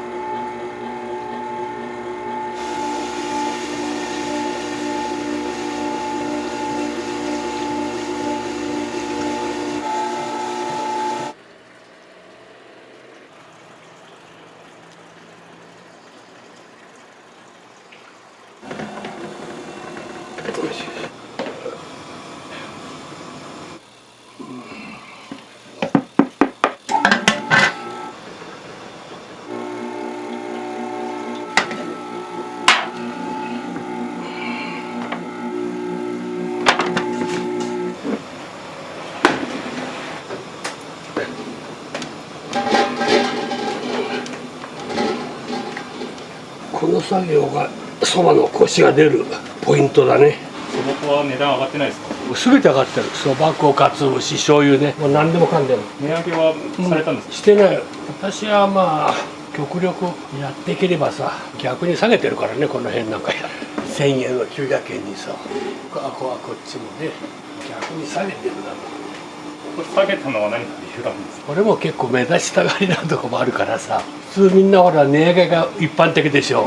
それでそば汁は逆に値下げしたよってことでさ、まあそういうのもあって値段設定も400円で2枚なら700円とかね。なんせうちはうまい安い早いそんな感じでやってるから。こ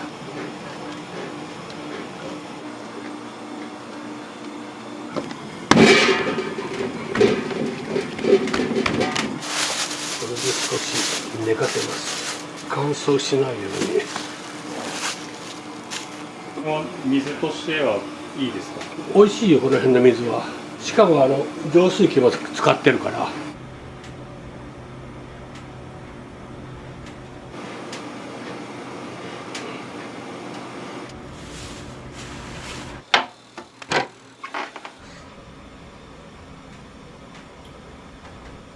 なんでこの形になってるのかっていうのが今からわかるからね。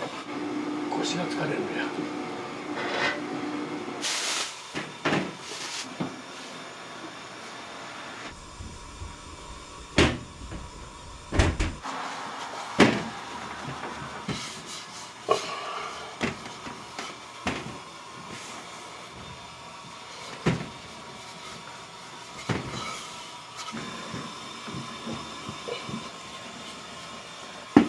これで薄くのして切ればいわゆる手打ちだけどね、機械でお任せするからさ。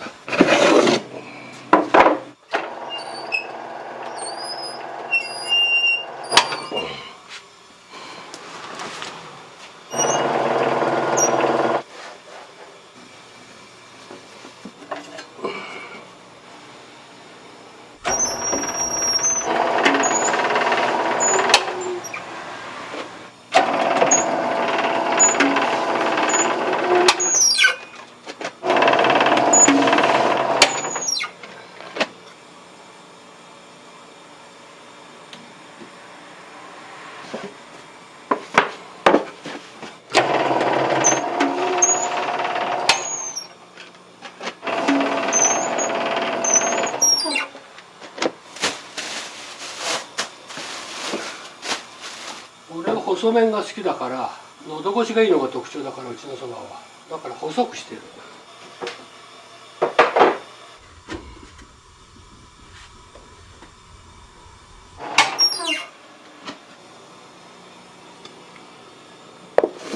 味チェックを兼ねてね、そば食べるのよ。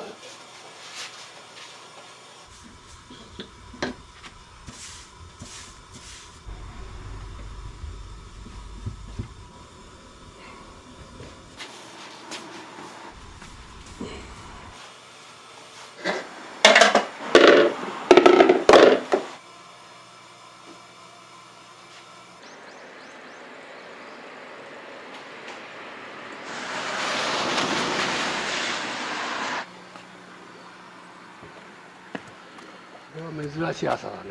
結構もやかかってますよね。まあでもそんなに広くもないけどね。よしよしよしよし。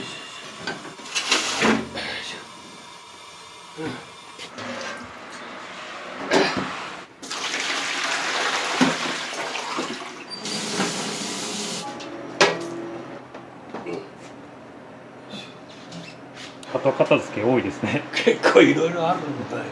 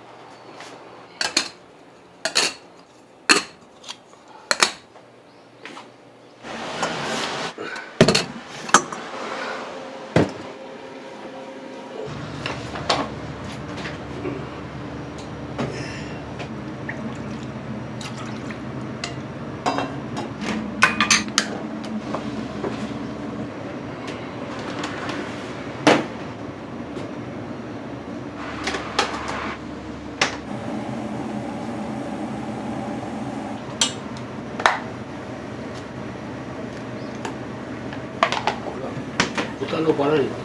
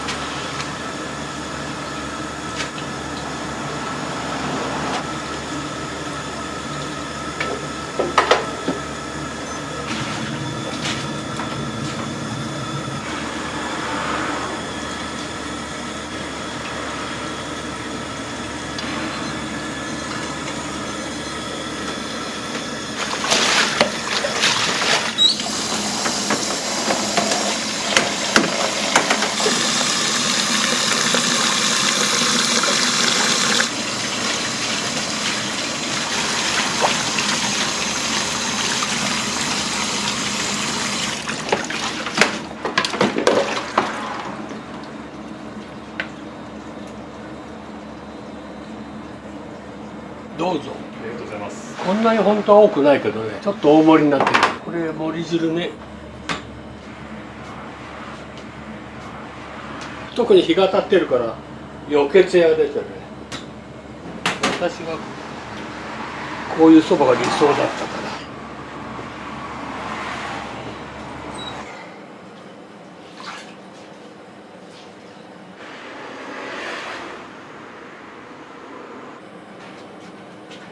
よしよしよし。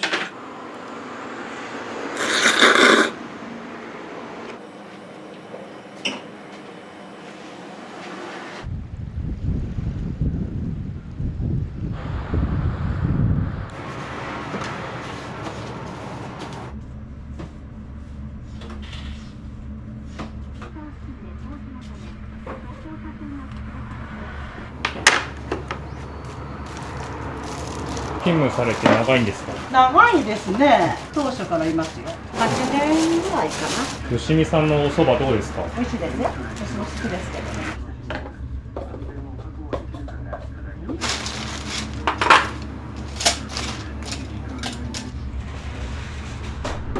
今日は多分売り切れるかもしれない。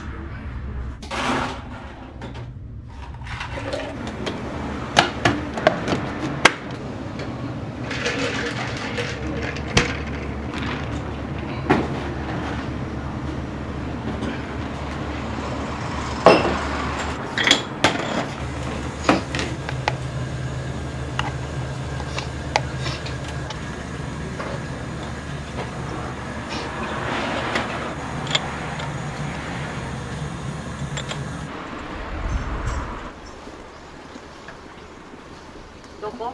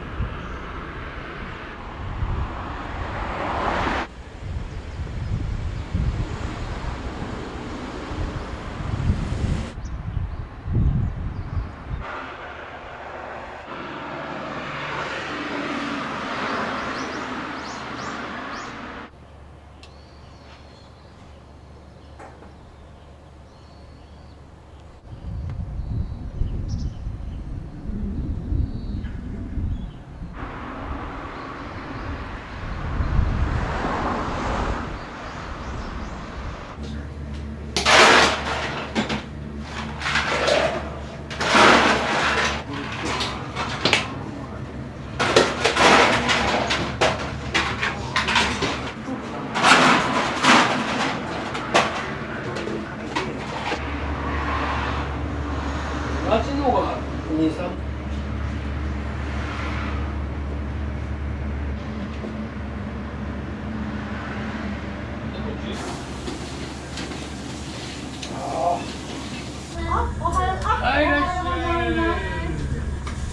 美味しいもの。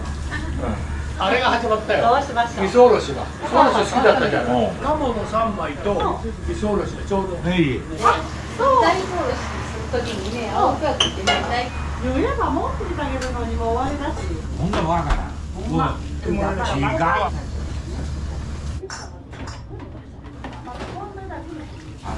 きでまた最高。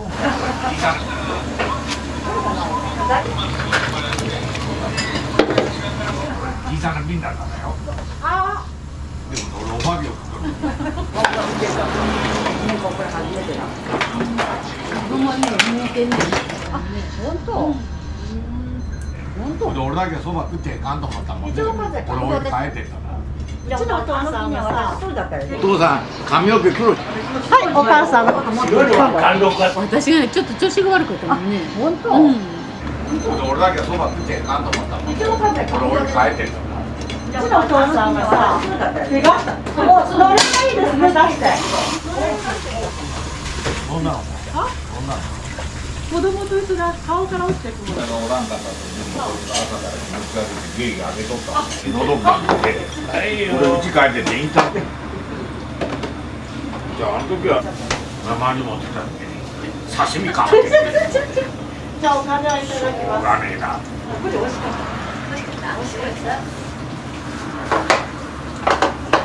た。かかった時はないから。11時でしたよね。美味しいで来るんだろう。来る人がさ、並んでるから入ってっちゃってる。じゃないかなって言って。私耳が悪いもん、画面2枚が出た。あ、そう。岡山でやったらおかかがみんな死んじゃっとるわ私が死んだの？何食べて。やっぱりあっちは川の水。きれいな臭みなの。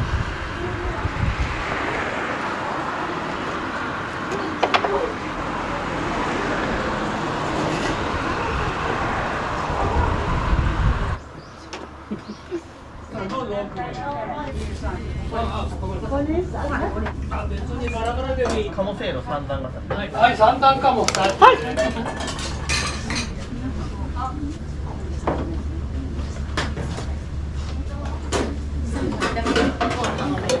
2種類。あ、別にバラバラでもいいのね。鴨せいの好きだけど。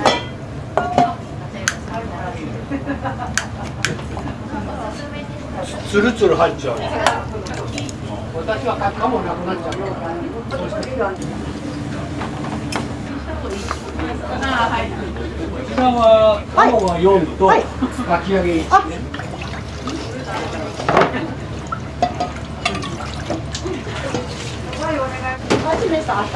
かき揚げの方は大根おろしです。ここ過ぎますね。いい男で映してください。あ、わかりました。適当に撮って。カモが出ます。まずは鴨汁で1枚。2枚目は盛り汁ね。まさに味比べ。2段目だからね。2段目。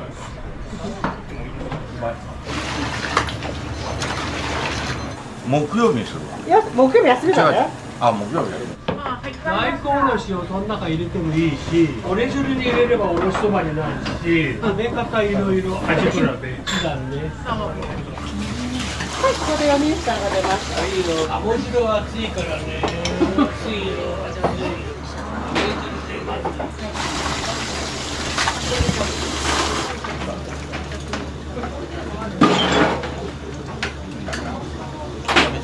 すぐもうどんどん出てるから。そばはね、3分の命と言われる。はいよ。これで皆さん1枚いったかな。はい、今度は3段目いきます。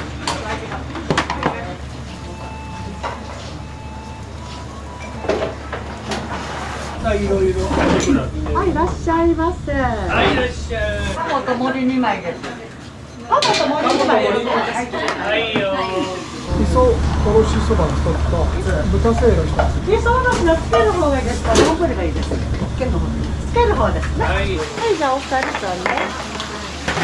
はい、じゃあそらちはご一緒にどうぞ。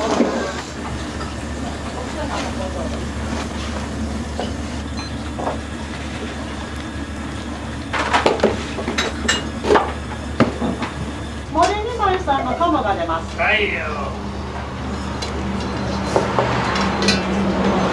はい、どうぞ鴨の方。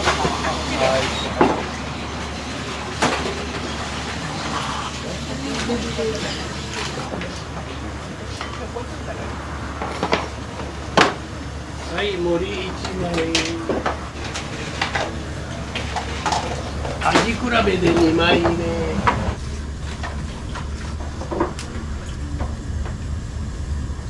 はい、味噌おろしの方は。おろしこの中にそばのつゆを入れてね混ぜ混ぜしてそれでつけて食べる。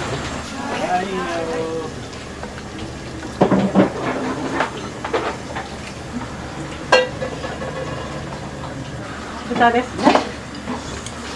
はい、豚汁で1枚。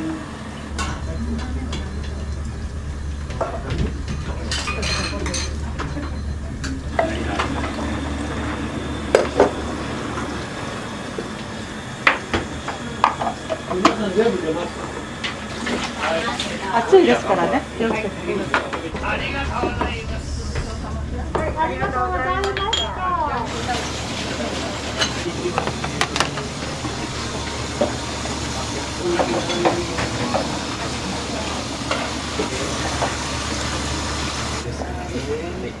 はい、お一人の玉が出ます。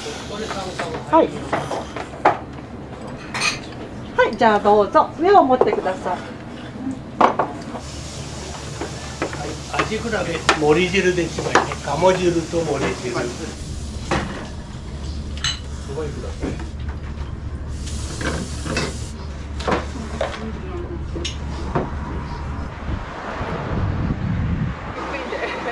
ごめんね。やっぱり盛り皿は夏でしょ。かき揚げの方は2段。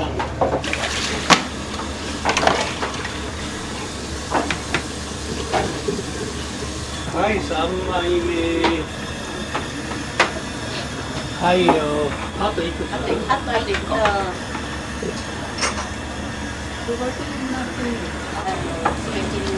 はい、美容と健康にそば湯ね。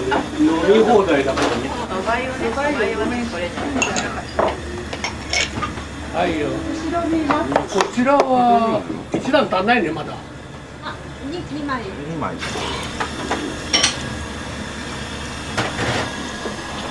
はいよ、これで OK ね。ありがとうございました。は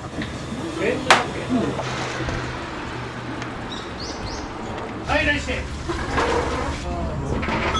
お二人さんはかき揚げと鴨ね。じゃあ鴨南蛮ですね。お一人さんは3枚。はい。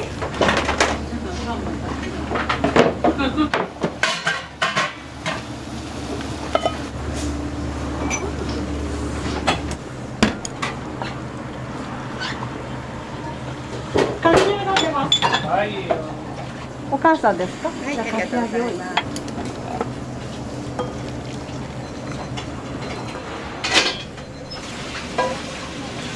じゃあ、そうたと鴨せいろ。はい。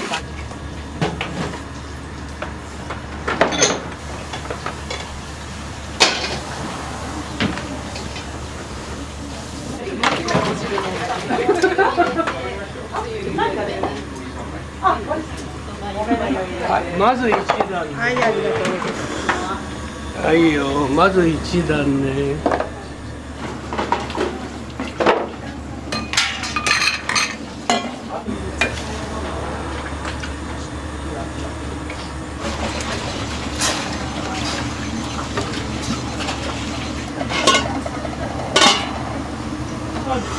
出てるよね。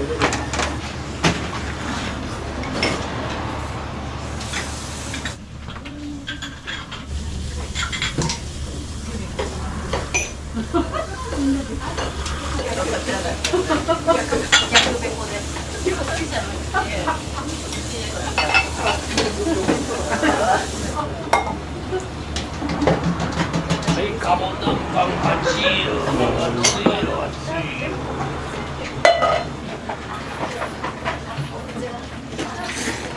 はい、忘れ物ないよね。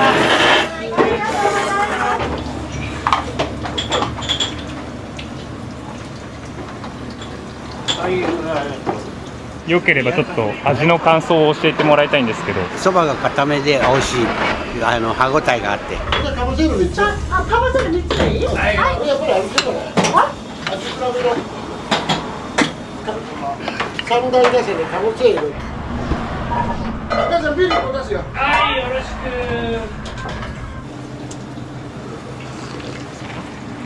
く。はい、ビールのとも。はい、ありがとう。はい、お願いね。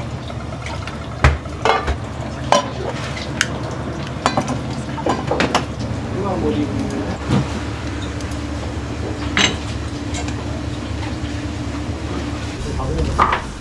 天ぷら食ったけど、あいつ下のところ。は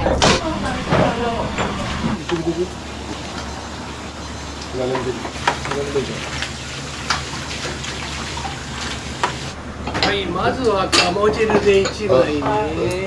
1枚ね。その後は盛り汁で1枚。味比べね。ありがとうございました。はい、味比べ2枚目。もう1枚ずついくからね。1時からやってるの？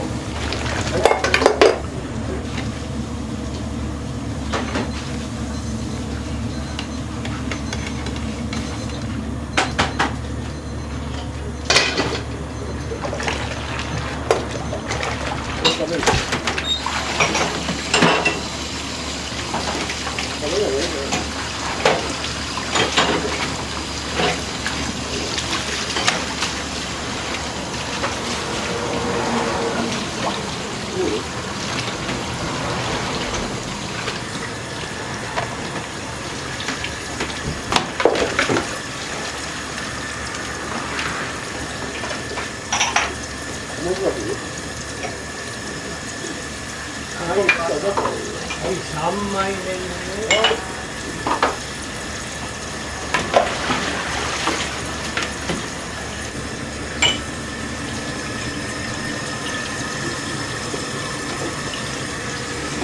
はい、3枚目ね。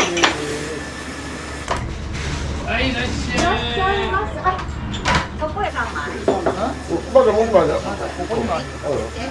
はい、まず1段ね、2段目。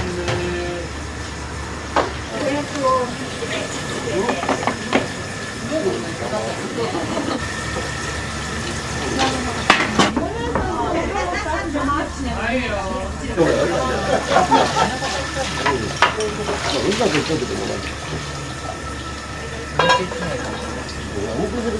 お姉さん。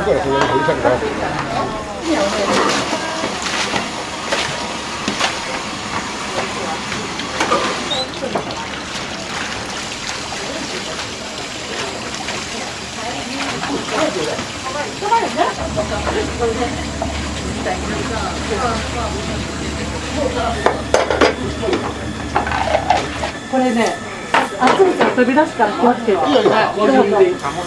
鴨せいろ、お一人様鴨せいろね。はいよ。鴨汁ともいいよ。はい、これ味比べで2段目。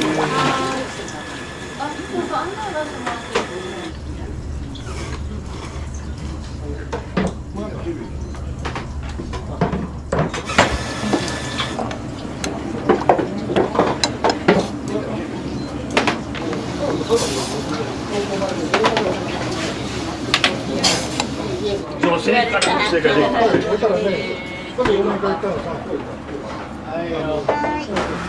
っぱり見てもだ。これたらみんなに。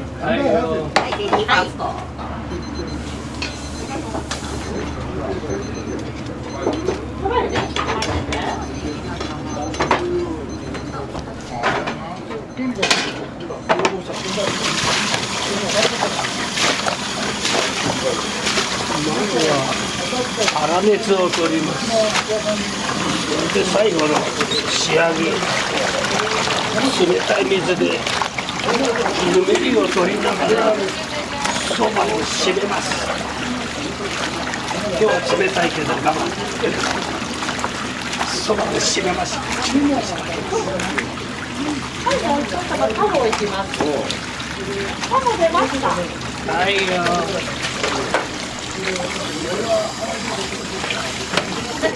タモいけた。後ろにいます。はい、まず1段ね。2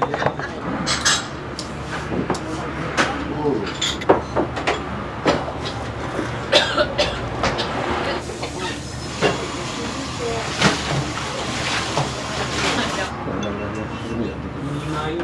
はい、2枚目いくよ。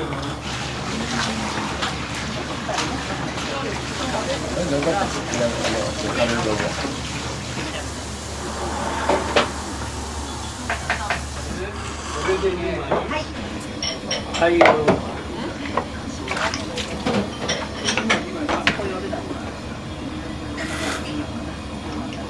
はいよ。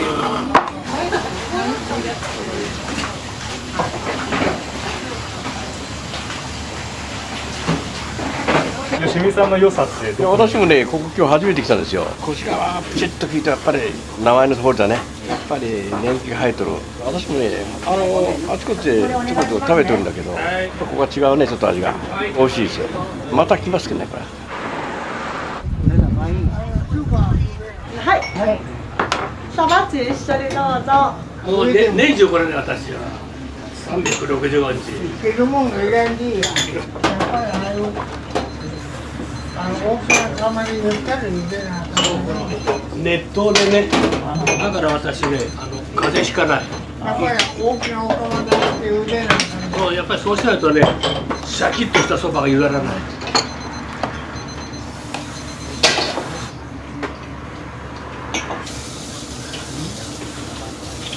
はい、3枚目。はい、1枚目。はいよ。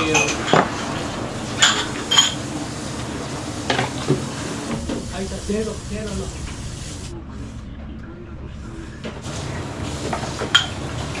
はいよ。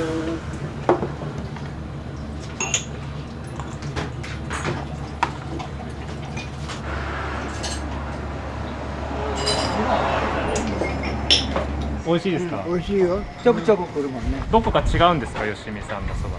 やっぱり専門店だらそばだけで専門店とかないんだよ。やっぱりこうそば一本でいっとる問題。まあ極端なこと言うとうなぎだ天ぷらだそういう何を力入れとるか分からへんで、まあ何でも一本のとこが、いい。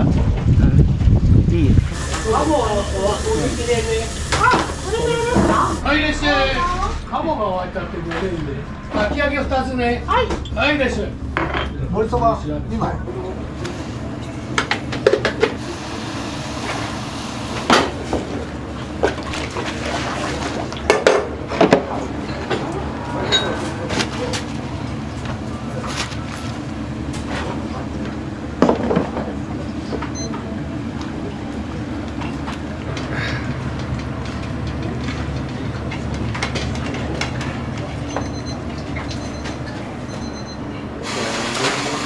じゃあもう一つ。ここ入れてもいいし、盛り汁に入れるとね、おろしそばになるから、食べ方いろいろ味比べね。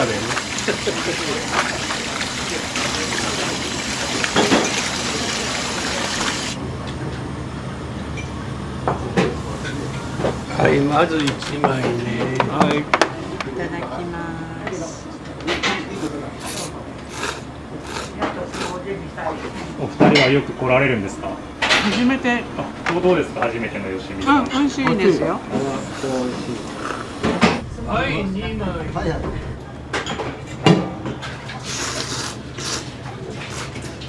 うん、いつ見ても美味しいです。最高だ。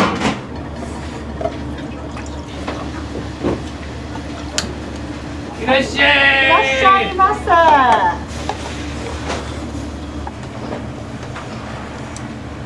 鴨が終わっちゃってごめんね。鴨が終わっちゃってごめんね。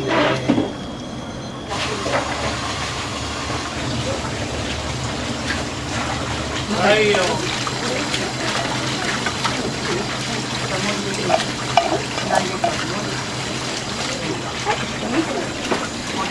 はい、もう一ついきます。かき揚げが2ついきます。はい、どうぞ。いらっしゃいませ。はい、いらっしゃい。はい、どうぞ。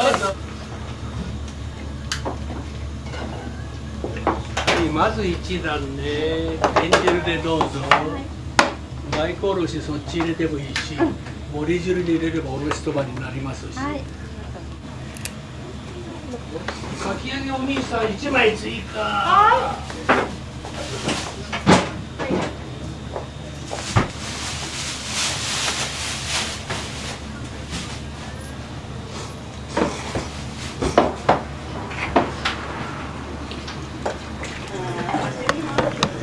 いいですかね。はい、ってよ。これは熱いよ。はい、お母さんとこ一持っていきます。そうですというね。これが10上。はい、まず一段。はい、どうも、ありがとうございます。ありがとうございました。はい、そうかいよね。やっぱりビール冷えてないとね。常温がいいとも中にはいるけどね。そう。そうそう。はいよ。ありがとう。あ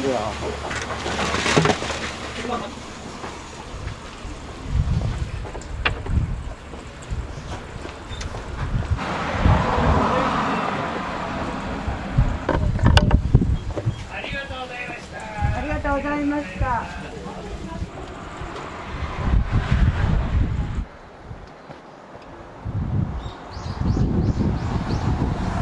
忙しかったです。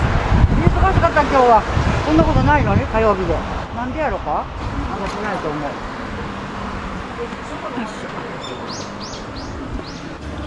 俺だったらすぐ飲んじゃうけど。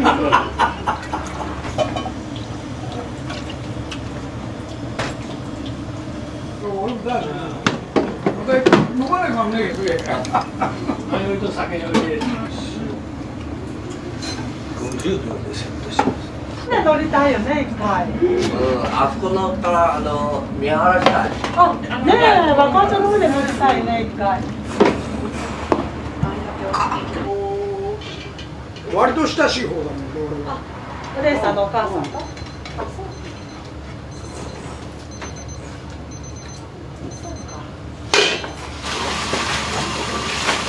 姪っ子と俺ら息子は、これノンフェだ。はい。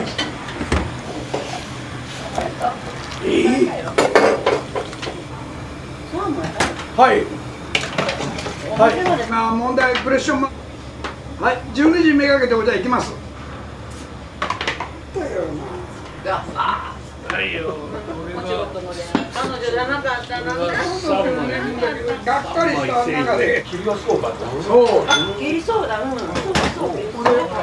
ら3時起きてるから、こんなんなるのはちょっとオーバーだけどさ。これだもんで、俺の前の一緒だけどね、理屈は一緒だけど。で、半日遅れちゃったから、半日俺も遅れ、そう言ったらさ、それはそういうことは経験で分かることか。経験で分かることか。あとは。一度あっちはいい、あかんよと。なるほど。とんでもない。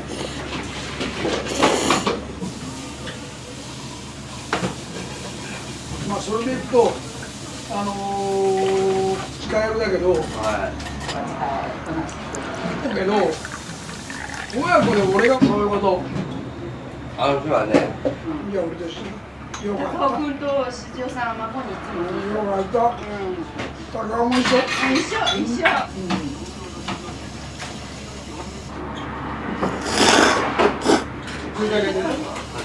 いいで、パパにだけで。これね、もうちょっと小さいグラスないっていうとありません。怒られちゃう。今俺がそう、まあ、これ多分そこにやるんだ季節する日は。そう、火曜日のね。そうそう。つい背負ってて。見てくるわ。それでこれ見ると思ったら。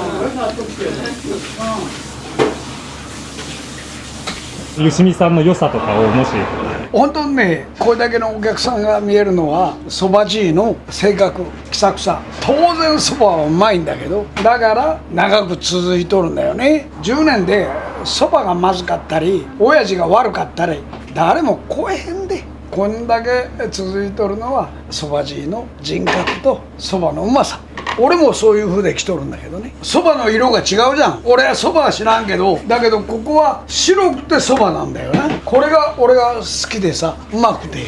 さらしだけのそばが好きってことだよね。そういうことだね。細麺で白っぽい、喉越しのいい。だから女性とかね、子供も万人受けするそば。わしが最後締めちゃって。なるほど。わしが締めちゃって。いらっしゃい、ありがとう。極力意識してね大きな声出すというかさ腹の底から出すとお客さんも気持ちいいしね私自身も健康にいいからさまあ同級生みたいなもんだね。なるほど。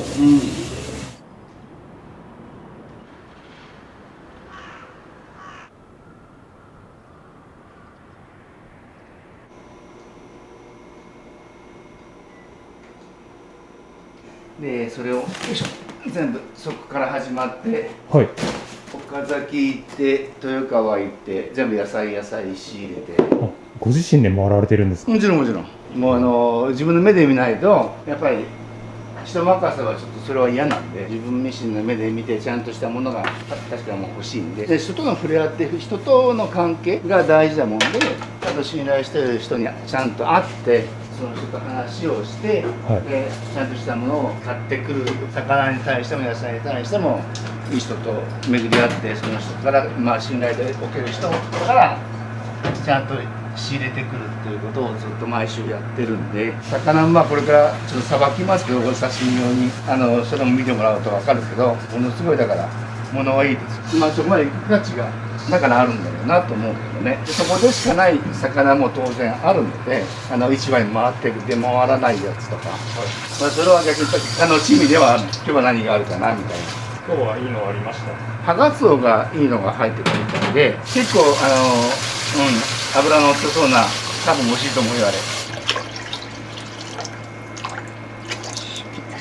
いやその人はダメなやつはダメって言ってくれるからね何でもかんでも売ればいいっていう人じゃないのでありがたいですよ逆になんていう魚がいるんだよみたいないうことをぐっさんが言って子供がへーって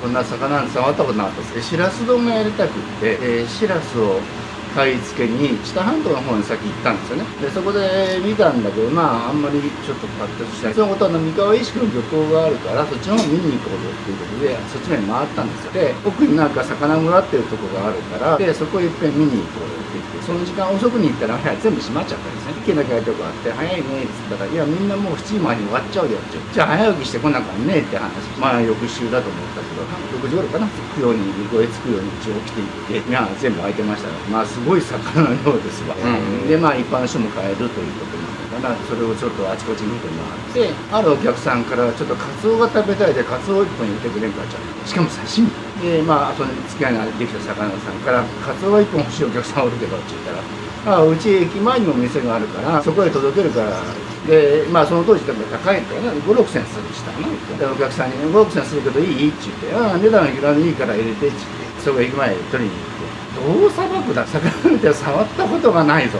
とで今は便利で、スマホにそのさばき方が全部動画出てますよねああいうのを参考にしててオロオロしながらやってたんですけどこれは1匹さばくに2時間前かかったらねこれからですよ刺身をとにかくなんとかしないかんでそのお客さんも定期的に来るようになってるから俺でとにかくそこの魚屋さんに行って多分今日はこの刺身今日この刺身っていう形で1種類ずつでしたけどこうやってさばくことを覚えさせられました嫌が思うでもお客さんに出さなきゃいかん上手にやらなきゃいかんっつって本当に試行錯誤四苦八苦しながら勉強させてもらいましたそれがもう6年7年経ったら今はもうよっぽどのことない限り変なことにならないでいいんですけどこれはさばき方が違う背開きするやつ腹開きするやつ全然違うさばき方するやつ魚によって全部違いますね昨日もアジを30匹ばか買ってきて全部フライ用にさばいたんですけどフライ用にするには背開きですで腹からさばいたらきれいな三角形にならない葉がついて三角形の身にならない最初10匹ぐらいから1週間始まって今30ないと足らないぐらいだから人気の商品になってますね評判もいいしふわふわで美味しいわって言ってくれるんでやっぱり、やってよかったなと思う信頼できる人で仕入れるようにしてちゃんとしたものを仕入れてちゃんとさばいてお客さんに出せるっていうのがちょっと自信ができてきたんですけど48年の時に先代がちょっと胃潰瘍とか手術をちょうど大病されたものだから学校の出前なしの携帯の店を一軒作ろうと当時なかったその定食きしめん定食とか麺類の定食を出せるような店軌道に乗せたんですよねその時で周りにそんな店はなかったんですから大繁盛ですよサラリーマン相手の場所ですから定食で食べれるとご飯が先々代が出前や先代がこういう形式に変えて、で僕はこういう建物を変えた上で、鉄板のシリーズの鉄板の焼き太きしめんとかもまだあれはまだ78年全然代ごとに形態変わってます。なるほど。堀場さんがお店継がれたのはいつなんですか？37年前ぐらいですか。大学出てすぐぐらいにもうすぐこっち入ったから4人か5人使ってて、もうでもそれでもてんてこまいでしょ。忙しかったです。周りにいろんな店ができてコンビニができたりなんかして、サラリーマンの昼飯市場が変わってきちゃってるから、それに伴ってやっぱりお客さんの数が自利品状態でしたね。もっともっと厳しくなって、もう明日の支払いにも困るような状態まで持ち込みましたからね。お客さんからのヒントで焼きうどんないかっていう話がちょこっといただいて、先代は焼きうどんは喫茶店の出すメニューから専門店の出すもので入っちゃって断固反対されたんで出せなかったんですよ。じゃあ違うメニューでっていうことで、そのコロッケ付きの定食とか何出したかな、なんか多分いろんなメニューをいろいろ考えましたけどね。鉄板シリーズをそれをマスコミさんがやっぱり手がけてくれたんで、それがやっぱり、きっかけですかね。転機ですね、一つの。あれがなかったら今頃こういう店なくなってますそれぐらいの感じですよね。フードライターの長屋正樹さんっていう方が見えるんですけど、その方がたまたま食べに来ていただいて普通に食ってたんですけど、その時は知らなかったですよ。大人の週末、この雑誌にちょこっと載せていただいたことがきっかけで、マツコの光新と名古屋飯、新三大名古屋飯、ネオ名古屋飯かというコーナーで、それで取り上げていただいて。これも昔は一袋全部ダーって出てたんですけどね、やっぱりバブルのはじけた頃に厳しくなってギリギリのラインを見つけたんですよ。何グラムまで入れれば十分同じベースのものが出せるっていうことだからね、なんとかしてその経費節約せなあかんっていう。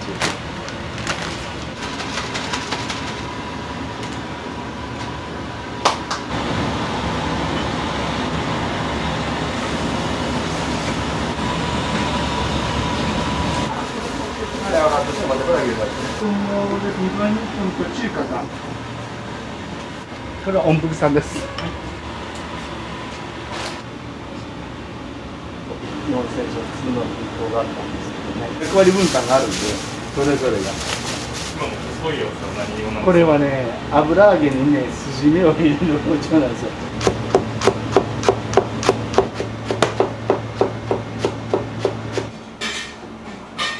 すごい殺風景で。そうなんですね。習ってらっしゃったんですか？串の木ちょこっとだけねかじってはいたけど、そんな基本も何もないです。これあるだけでちょっと違うじゃない？安くって一束がすごく量があるのよ。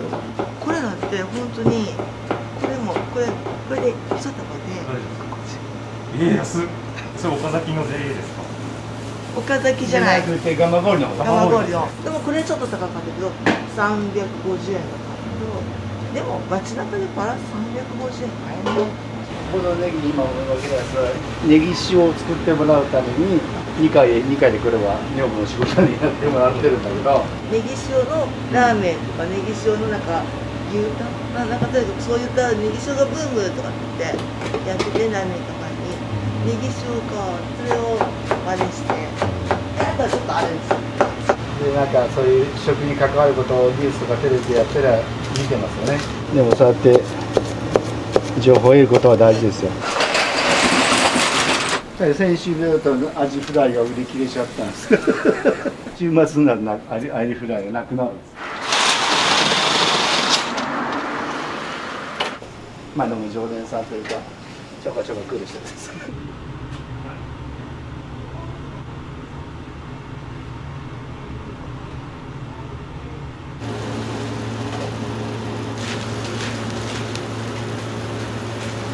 これが一番出るんですか？そうだからこれが一番最初なんだけど、今ネットの中でどのサイトを見ていらっしゃってご来店いただくかによってご注文の内容が変わる。例えばアベックとかでいらっしゃったりするとでシェアしていただいて、でどっちも美味しいよね。だからそういう本当にいい循環があって。てお客様に支えていただいて、次から次へとこう、インディアンだったりとかマヨネーズだったりとかって味をずっと変えていってるので、目的は味噌でいらっしゃって、あれなんかマヨネーズあるし、インディアンって何味ですかとか。もうこれがきっかけだったんですね。そうきっかけですね、本当に。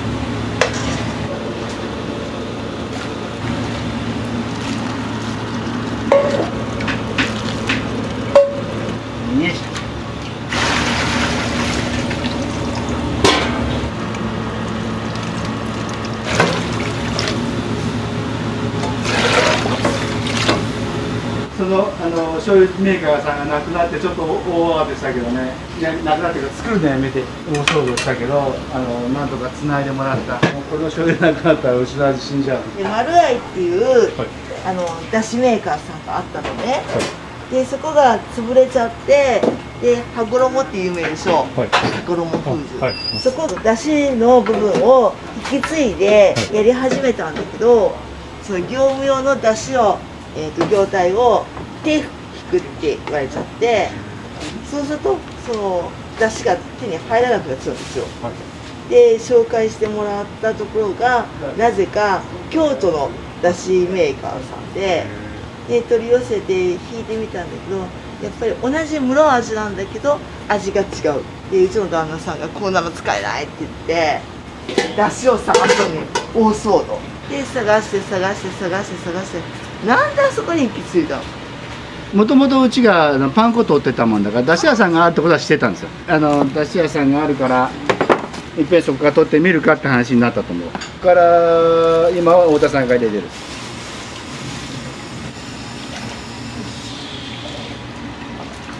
先々代は自分で打っとった。さすがにそこまでできんって先代が思って、先代は自分で麺を打つよりかメニューの幅を広げた方がいいっていう考えで。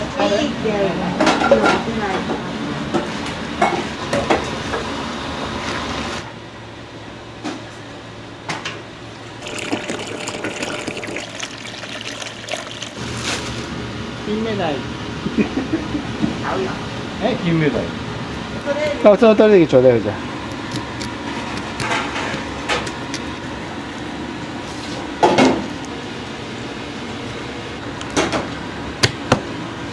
デパじゃなくても切れちゃうわけですよ。なんか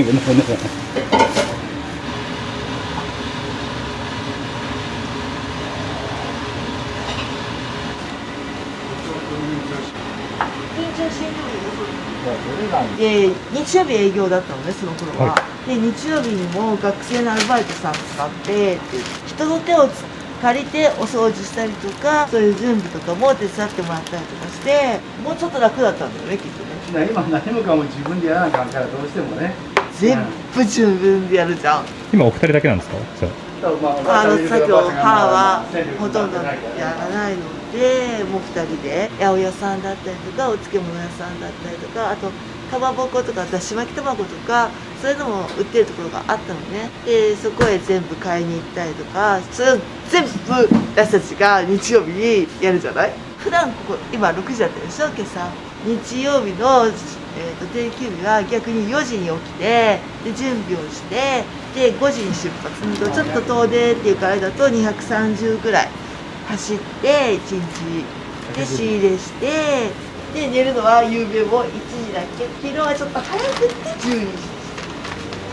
朝4時に起きて寝るの12時ですよ。前の日土曜日が片付け遅くなって寝たの1時過ぎてたんですよ。で4時起きですから3時間ですね、土曜日は。その生活をもう何十年もされてる。何十年もない。ここ7、8年ぐらいかな。ちなみにご主人はいつも何時から何時まで働くんですか？普段は朝6時から夜は閉店、片付け終わると大体11時半とかそんなんです。毎日。これ今昨日さばいた箸をフライにするばっかりさばいたんです。で旅行とかは行かないんですか？ない、行ったことがない。まあ子供たちの仕入れが旅行だよね。おいちゃんにドライブ。おじさんの特徴、このひげ。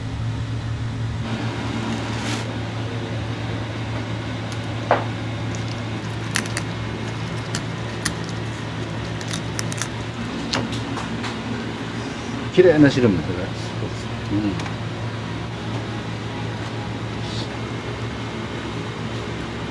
手でした。よいしょ。こいつの特徴はこれ、ものすごい歯がきついですよ。葉っぱの歯じゃないまあこの柄が特徴なんで。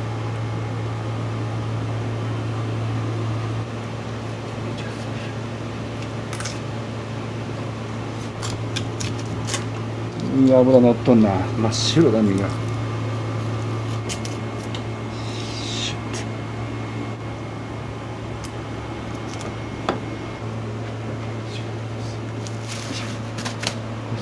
1週間もしますだ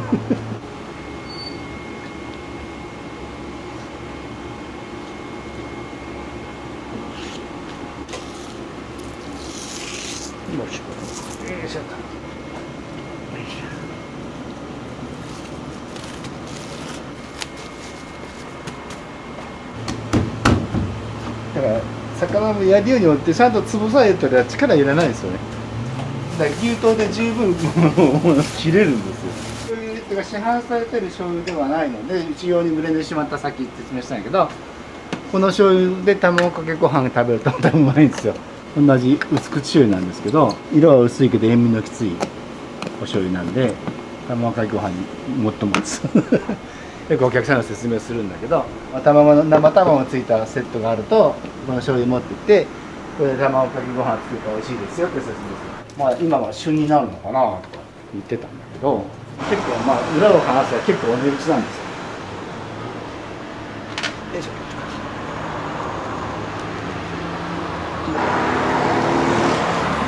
こういう店舗さんが貴重だって言われる。希少価値。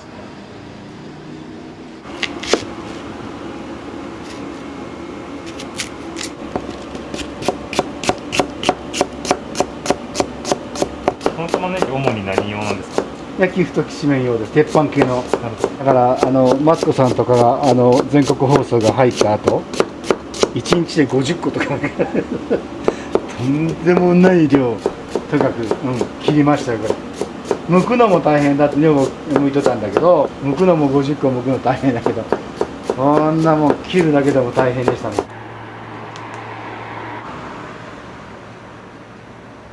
つも同じメニューですか？サラダとパンと果物でヨーグルト、これぐらい食べていいかね。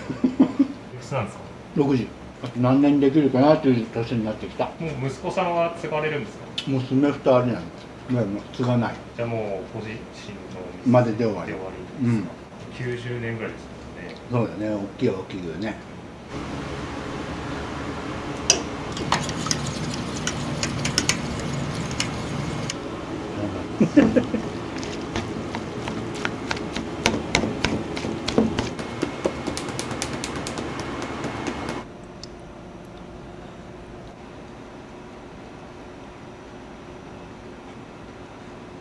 結構だからしっかりご飯も入ってるんで結構お腹は膨れると思うんですけどね。これが大きいねところもあるし、これが当然ちっちゃいところもあるんで分からんですけど、どのぐらい大きいですか聞かれたらもう自分で見てくださいってねとりあえず1個持ってきてこれですみたいな。先代はおった頃はこのサイズの稲荷を4つつけてそれをバラ売りするように変えたんだけどね。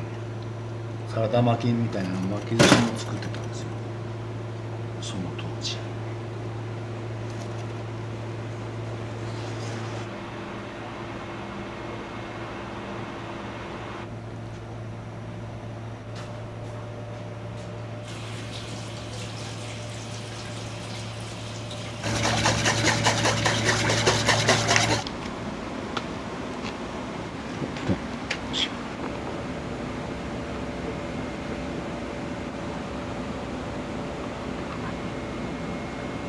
勝手鉄板打ったら可愛いでしょ怒ってたり笑ってたりいろんな顔になります。であらかじめ10個ぐらい用意するんですけど、足らんとまた大慌てなんですけど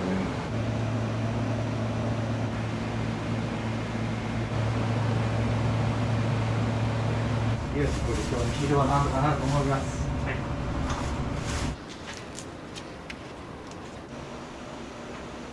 ね、これで忙しいならこれに越したことないんで、なんか奥さんとして見えた。ここ抜くよ。いいよ。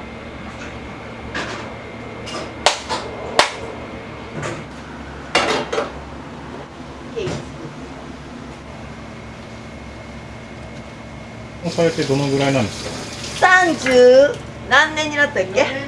4年目か。恋愛結婚なんですか。お願いなんだよこれが。すごい仲いいですね。だって24時間いたら喧嘩してらんないじゃん。っていうかかなり我慢してもらってると思うよ。相当我慢してちっちゃくなってんだ俺。冷やします。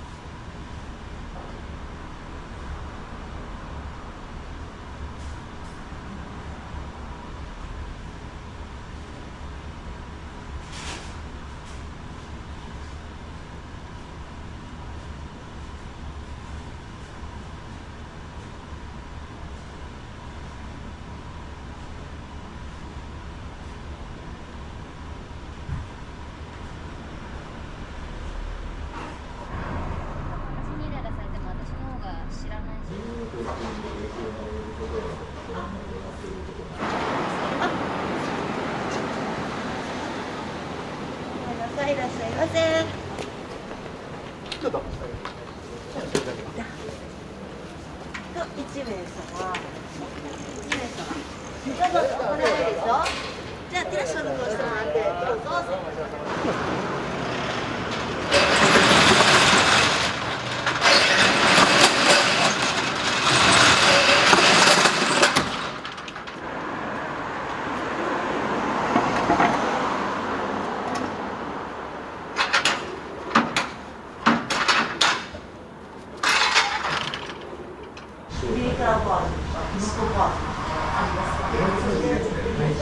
ランチとかいなくとお付けしなくていいですか。はい。焼き味噌と五目あんかけ普通ね。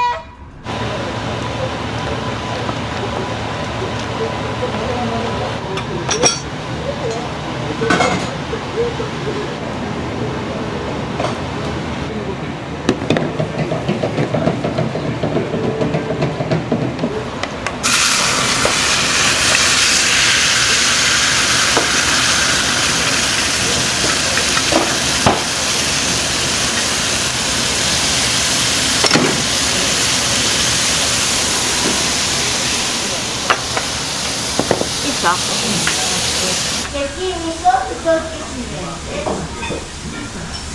す。よく来られるんですか？いや、初めて来ました。何きっかけで来られたんですか？仕事で来てて、食べログかなんかでたまたま見つけて来ました。今日は何を頼まれましたか？あんかけうどんと焼きときしめん。どうです？どうです？美味しいです。味が濃いめで美味しいです。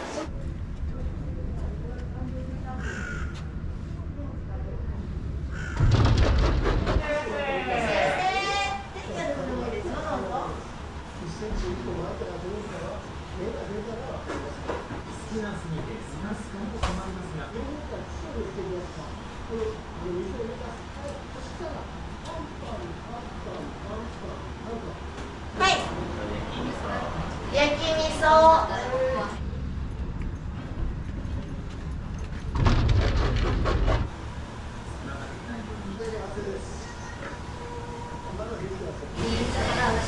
ピリ辛とかキノコもある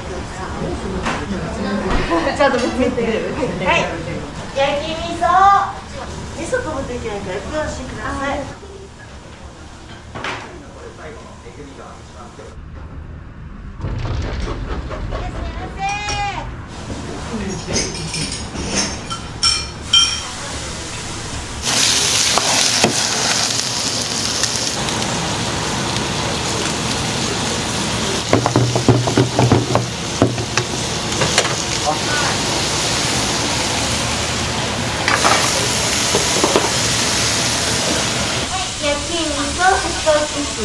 お待たせしました。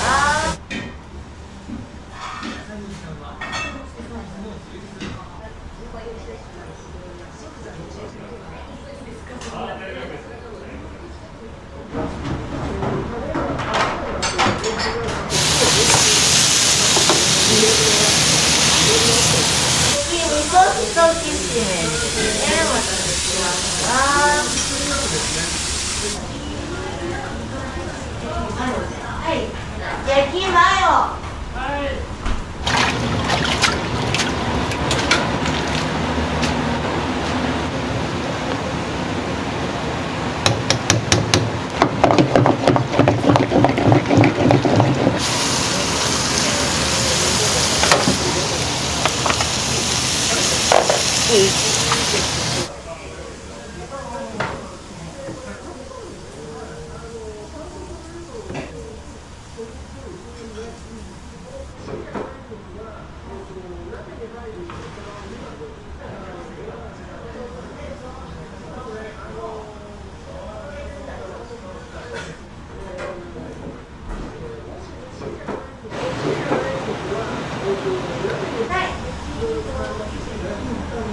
焼き味噌が2。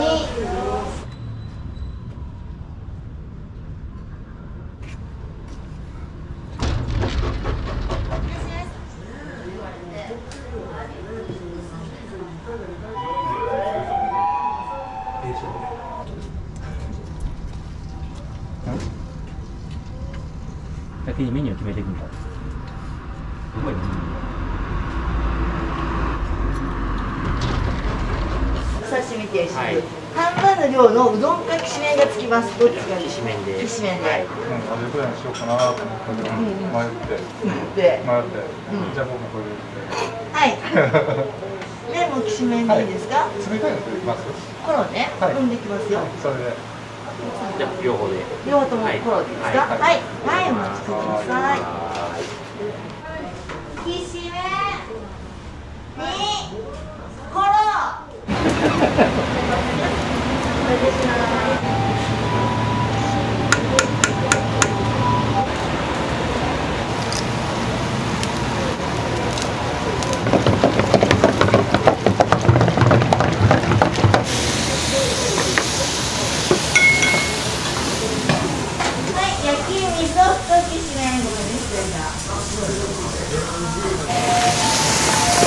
吸っていきます。はい、焼き味噌一口しめお待たせしました。出ました。じゃあ、あ、そうなんですか。いらっしゃいませ、こんにちは。刺身できしめんで3。全部白くなるでしょ。色が白い煮込みなんです。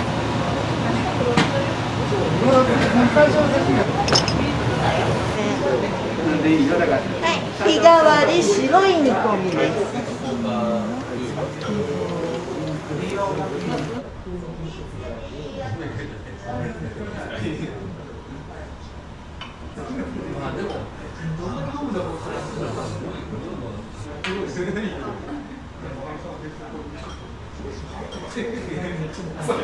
よく来られるんですか？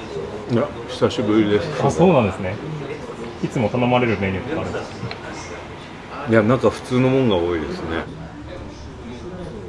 どうもありがとうございます。ありがとうございます。またお願いします。ありがとうございました。きしめんだよね。対応がなんかいっぱい種類あるって。いっぱい種類ありすぎて。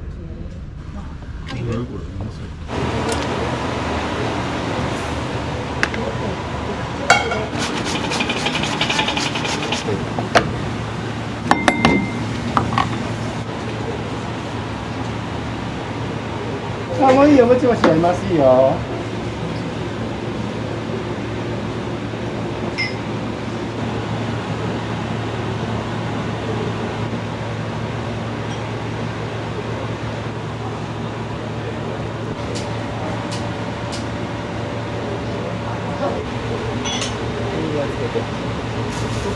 あともいいけど、違うし、海の赤だしなんて。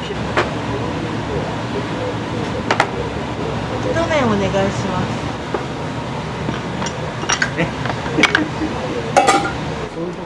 はい、お待たせしました。刺身定食。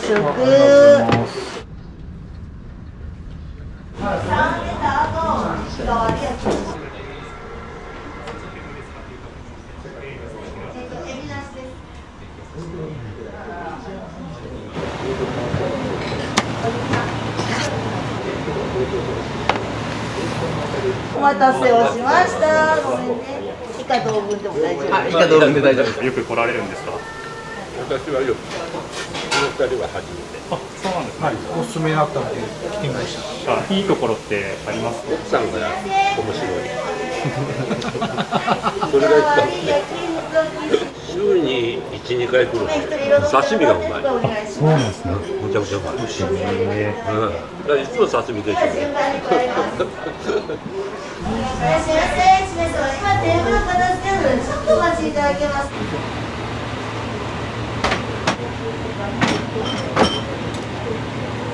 はい、ごめんなさいね。いらっしゃいませ。焼肉定食。はい。焼味噌五目あんかけ太麺刺身定きしめで焼肉定食。その方エプロンしてください。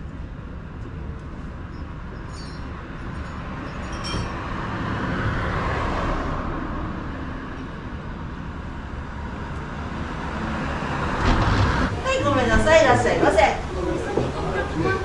卵入りでできますよ。名古屋で一般的なきしめんと幅広きしめんとやってます。一般的な。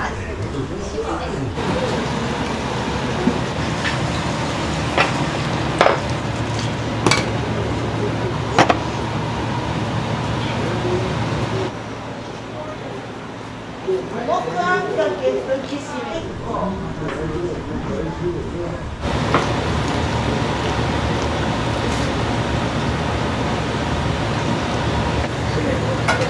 これじゃもういいよ。よいしょ。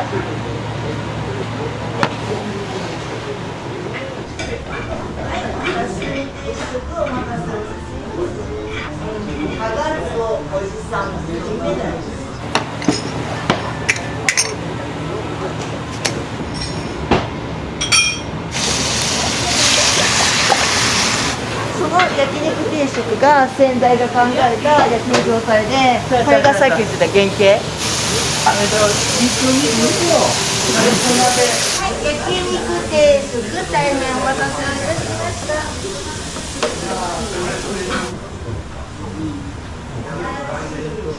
らっしゃいませ。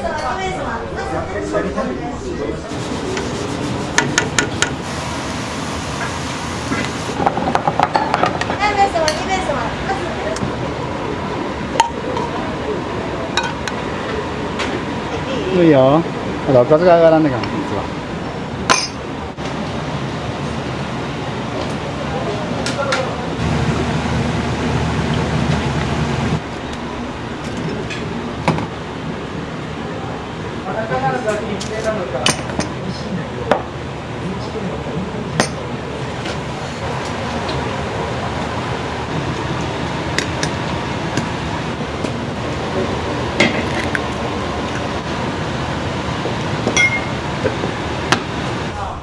味噌鍋のきしめん、通麺です。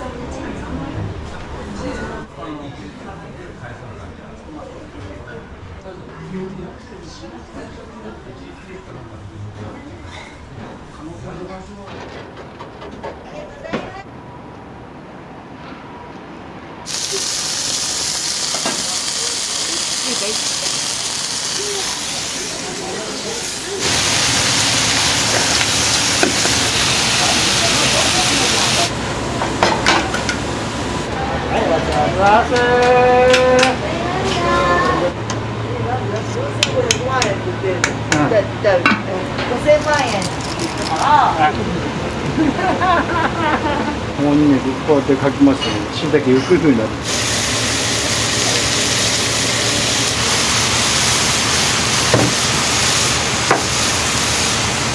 それも結構インパクトある。醤油。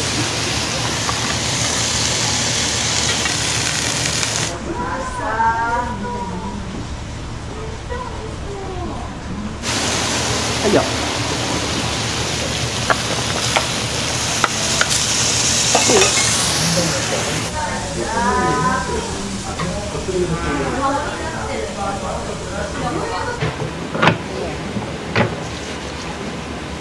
親の代からやって2代目で私が3人娘の長女なんです。で後取ってお婿さんもらって私20歳ぐらいの時かな結婚しまして、じゃあお店はもう60年ぐらいやられてる。そうですよね。子供の中学ぐらいから手伝って。そうなんですね。はい、90年ね、60年ぐらいやってるよね。すごいですね。ずっとここのお店で。ありがとうございます。はい、お体お気をつけください。はい、もうお年だもんで無理な期間ですよね。そうですよね。ありがとうございます。はい、ありがとうございました。食べよう食べよう。あ、そうですよ。味噌煮込みもいいね。カレーのやつが美味しいかも。美味しいかも。すごいな、これ全部はい、麺がありますよ。カレーきしめん。太麺と普通麺とどっちがいいですか？太麺ですか？はい。ランチとかいなりとかは普通のいなりを2個1個ずつ。はい。どうぞ。はい。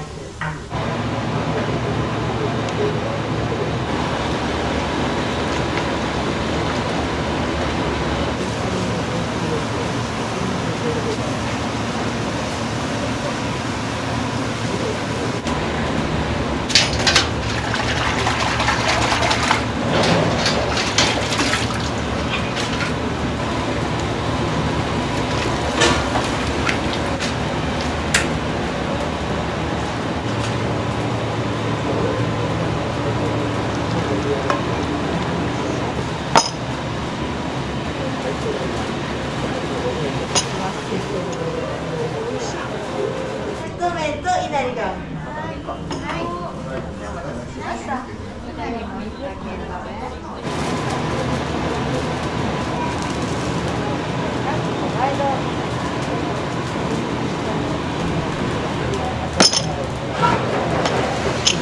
カレーきしめん太麺といなりが1個です。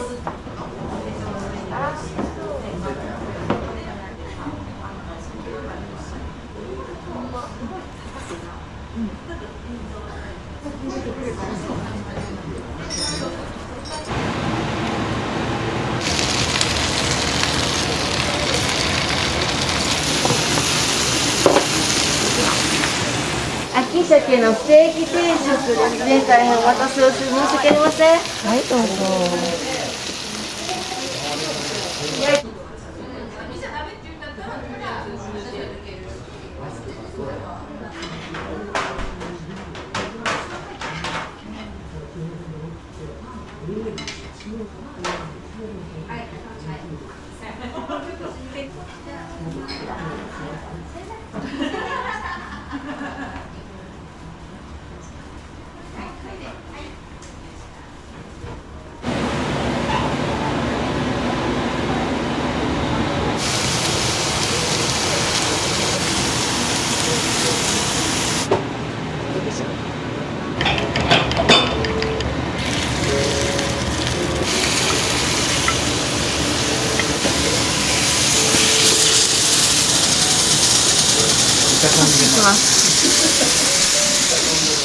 はい、焼きふときしめんといなりが1個ですよ。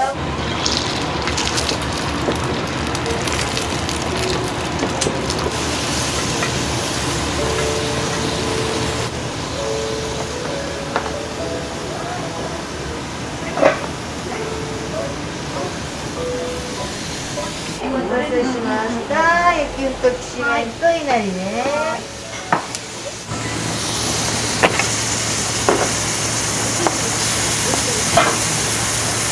はい、ごめんなさい。左側から失礼します。焼き肉といないですね。ありがとうございます。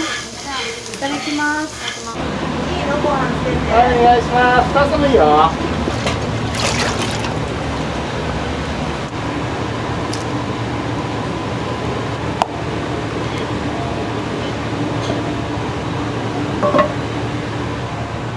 多い。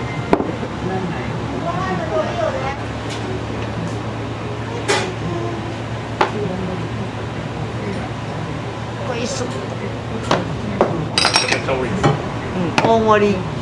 ご飯大盛り。丼でしたよ。大きいやろ。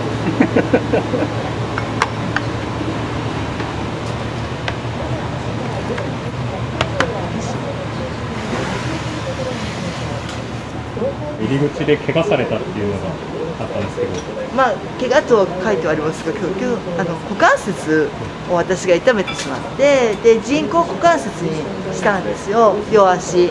なのでそれのリハビリ中。結構手術大変だったんじゃないですか。あ、でも手術自体は1時間ぐらい3時間そんなにかかったぐらいはかかる。それいつの話なんですか。おととしコロナの緊急事態が出たじゃない、春と夏と。でその時にもう1年の間に両方いっぺんにやっちゃったの。あ、じゃあ前々から痛かったんですよ。その怒り浸透に最初出してもらってやり方がわからないので、とにかく奥の座敷まで全部のテーブルに全部お客さん入ってもらって、でずーっとやってたんだけど、で今見ててわかると思うけど結構重いのよ。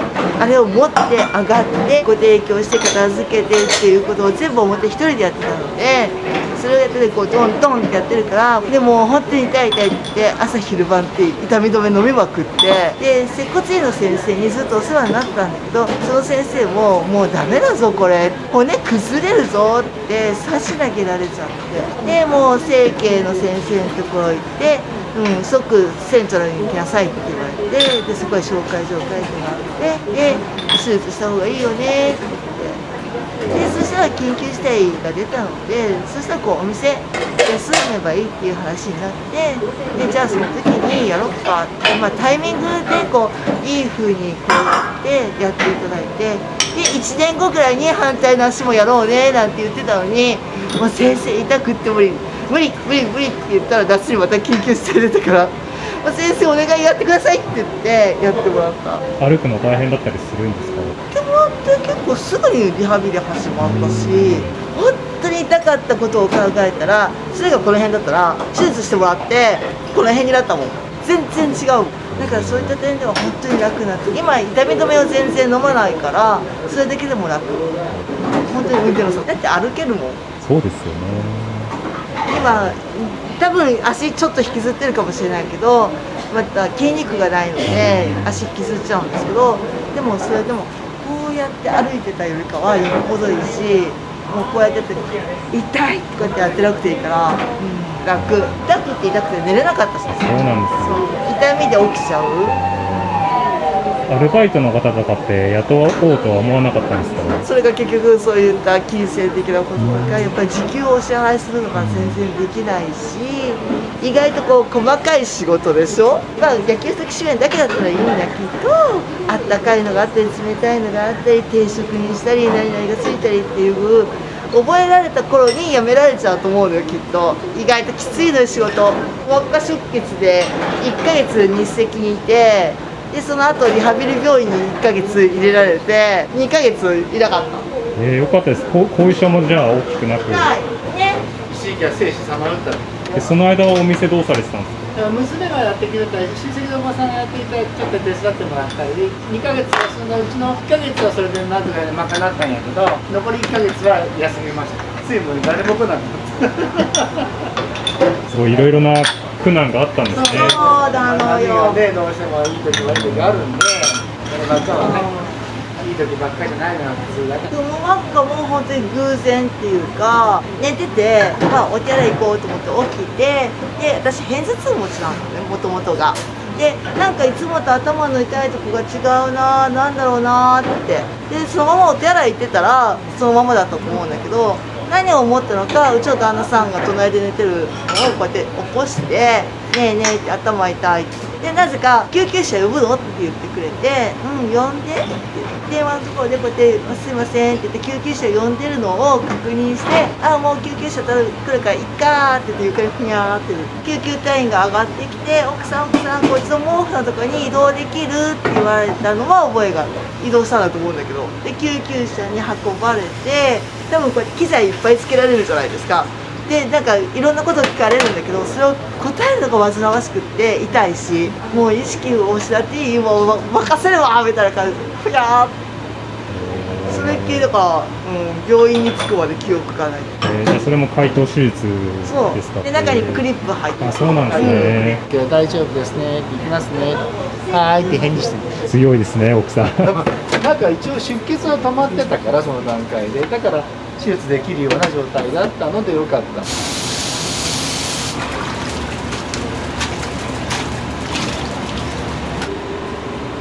中さんですが、君となんかお勧めしていただいているんです。そんな方、ピークって自分の顔焼けどうするんでしょ。はい。お待たせしました。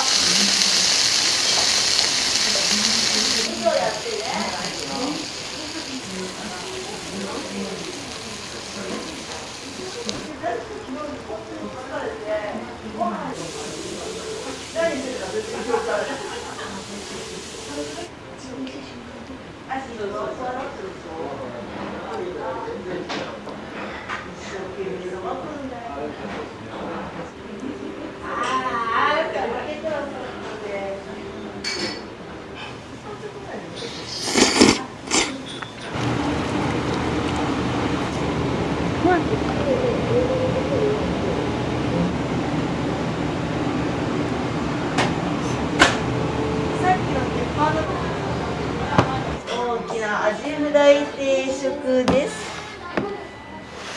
まずは何もかけずに召し上がってみてください。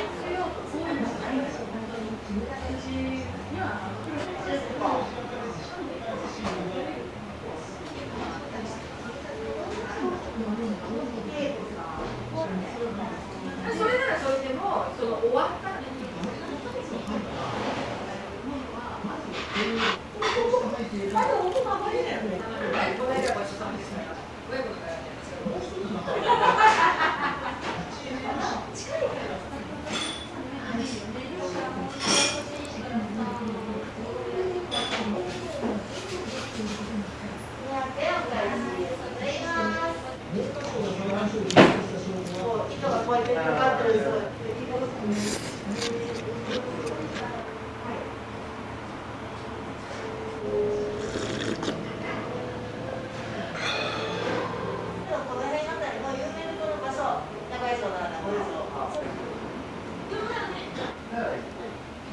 まあなんとか時間調整します。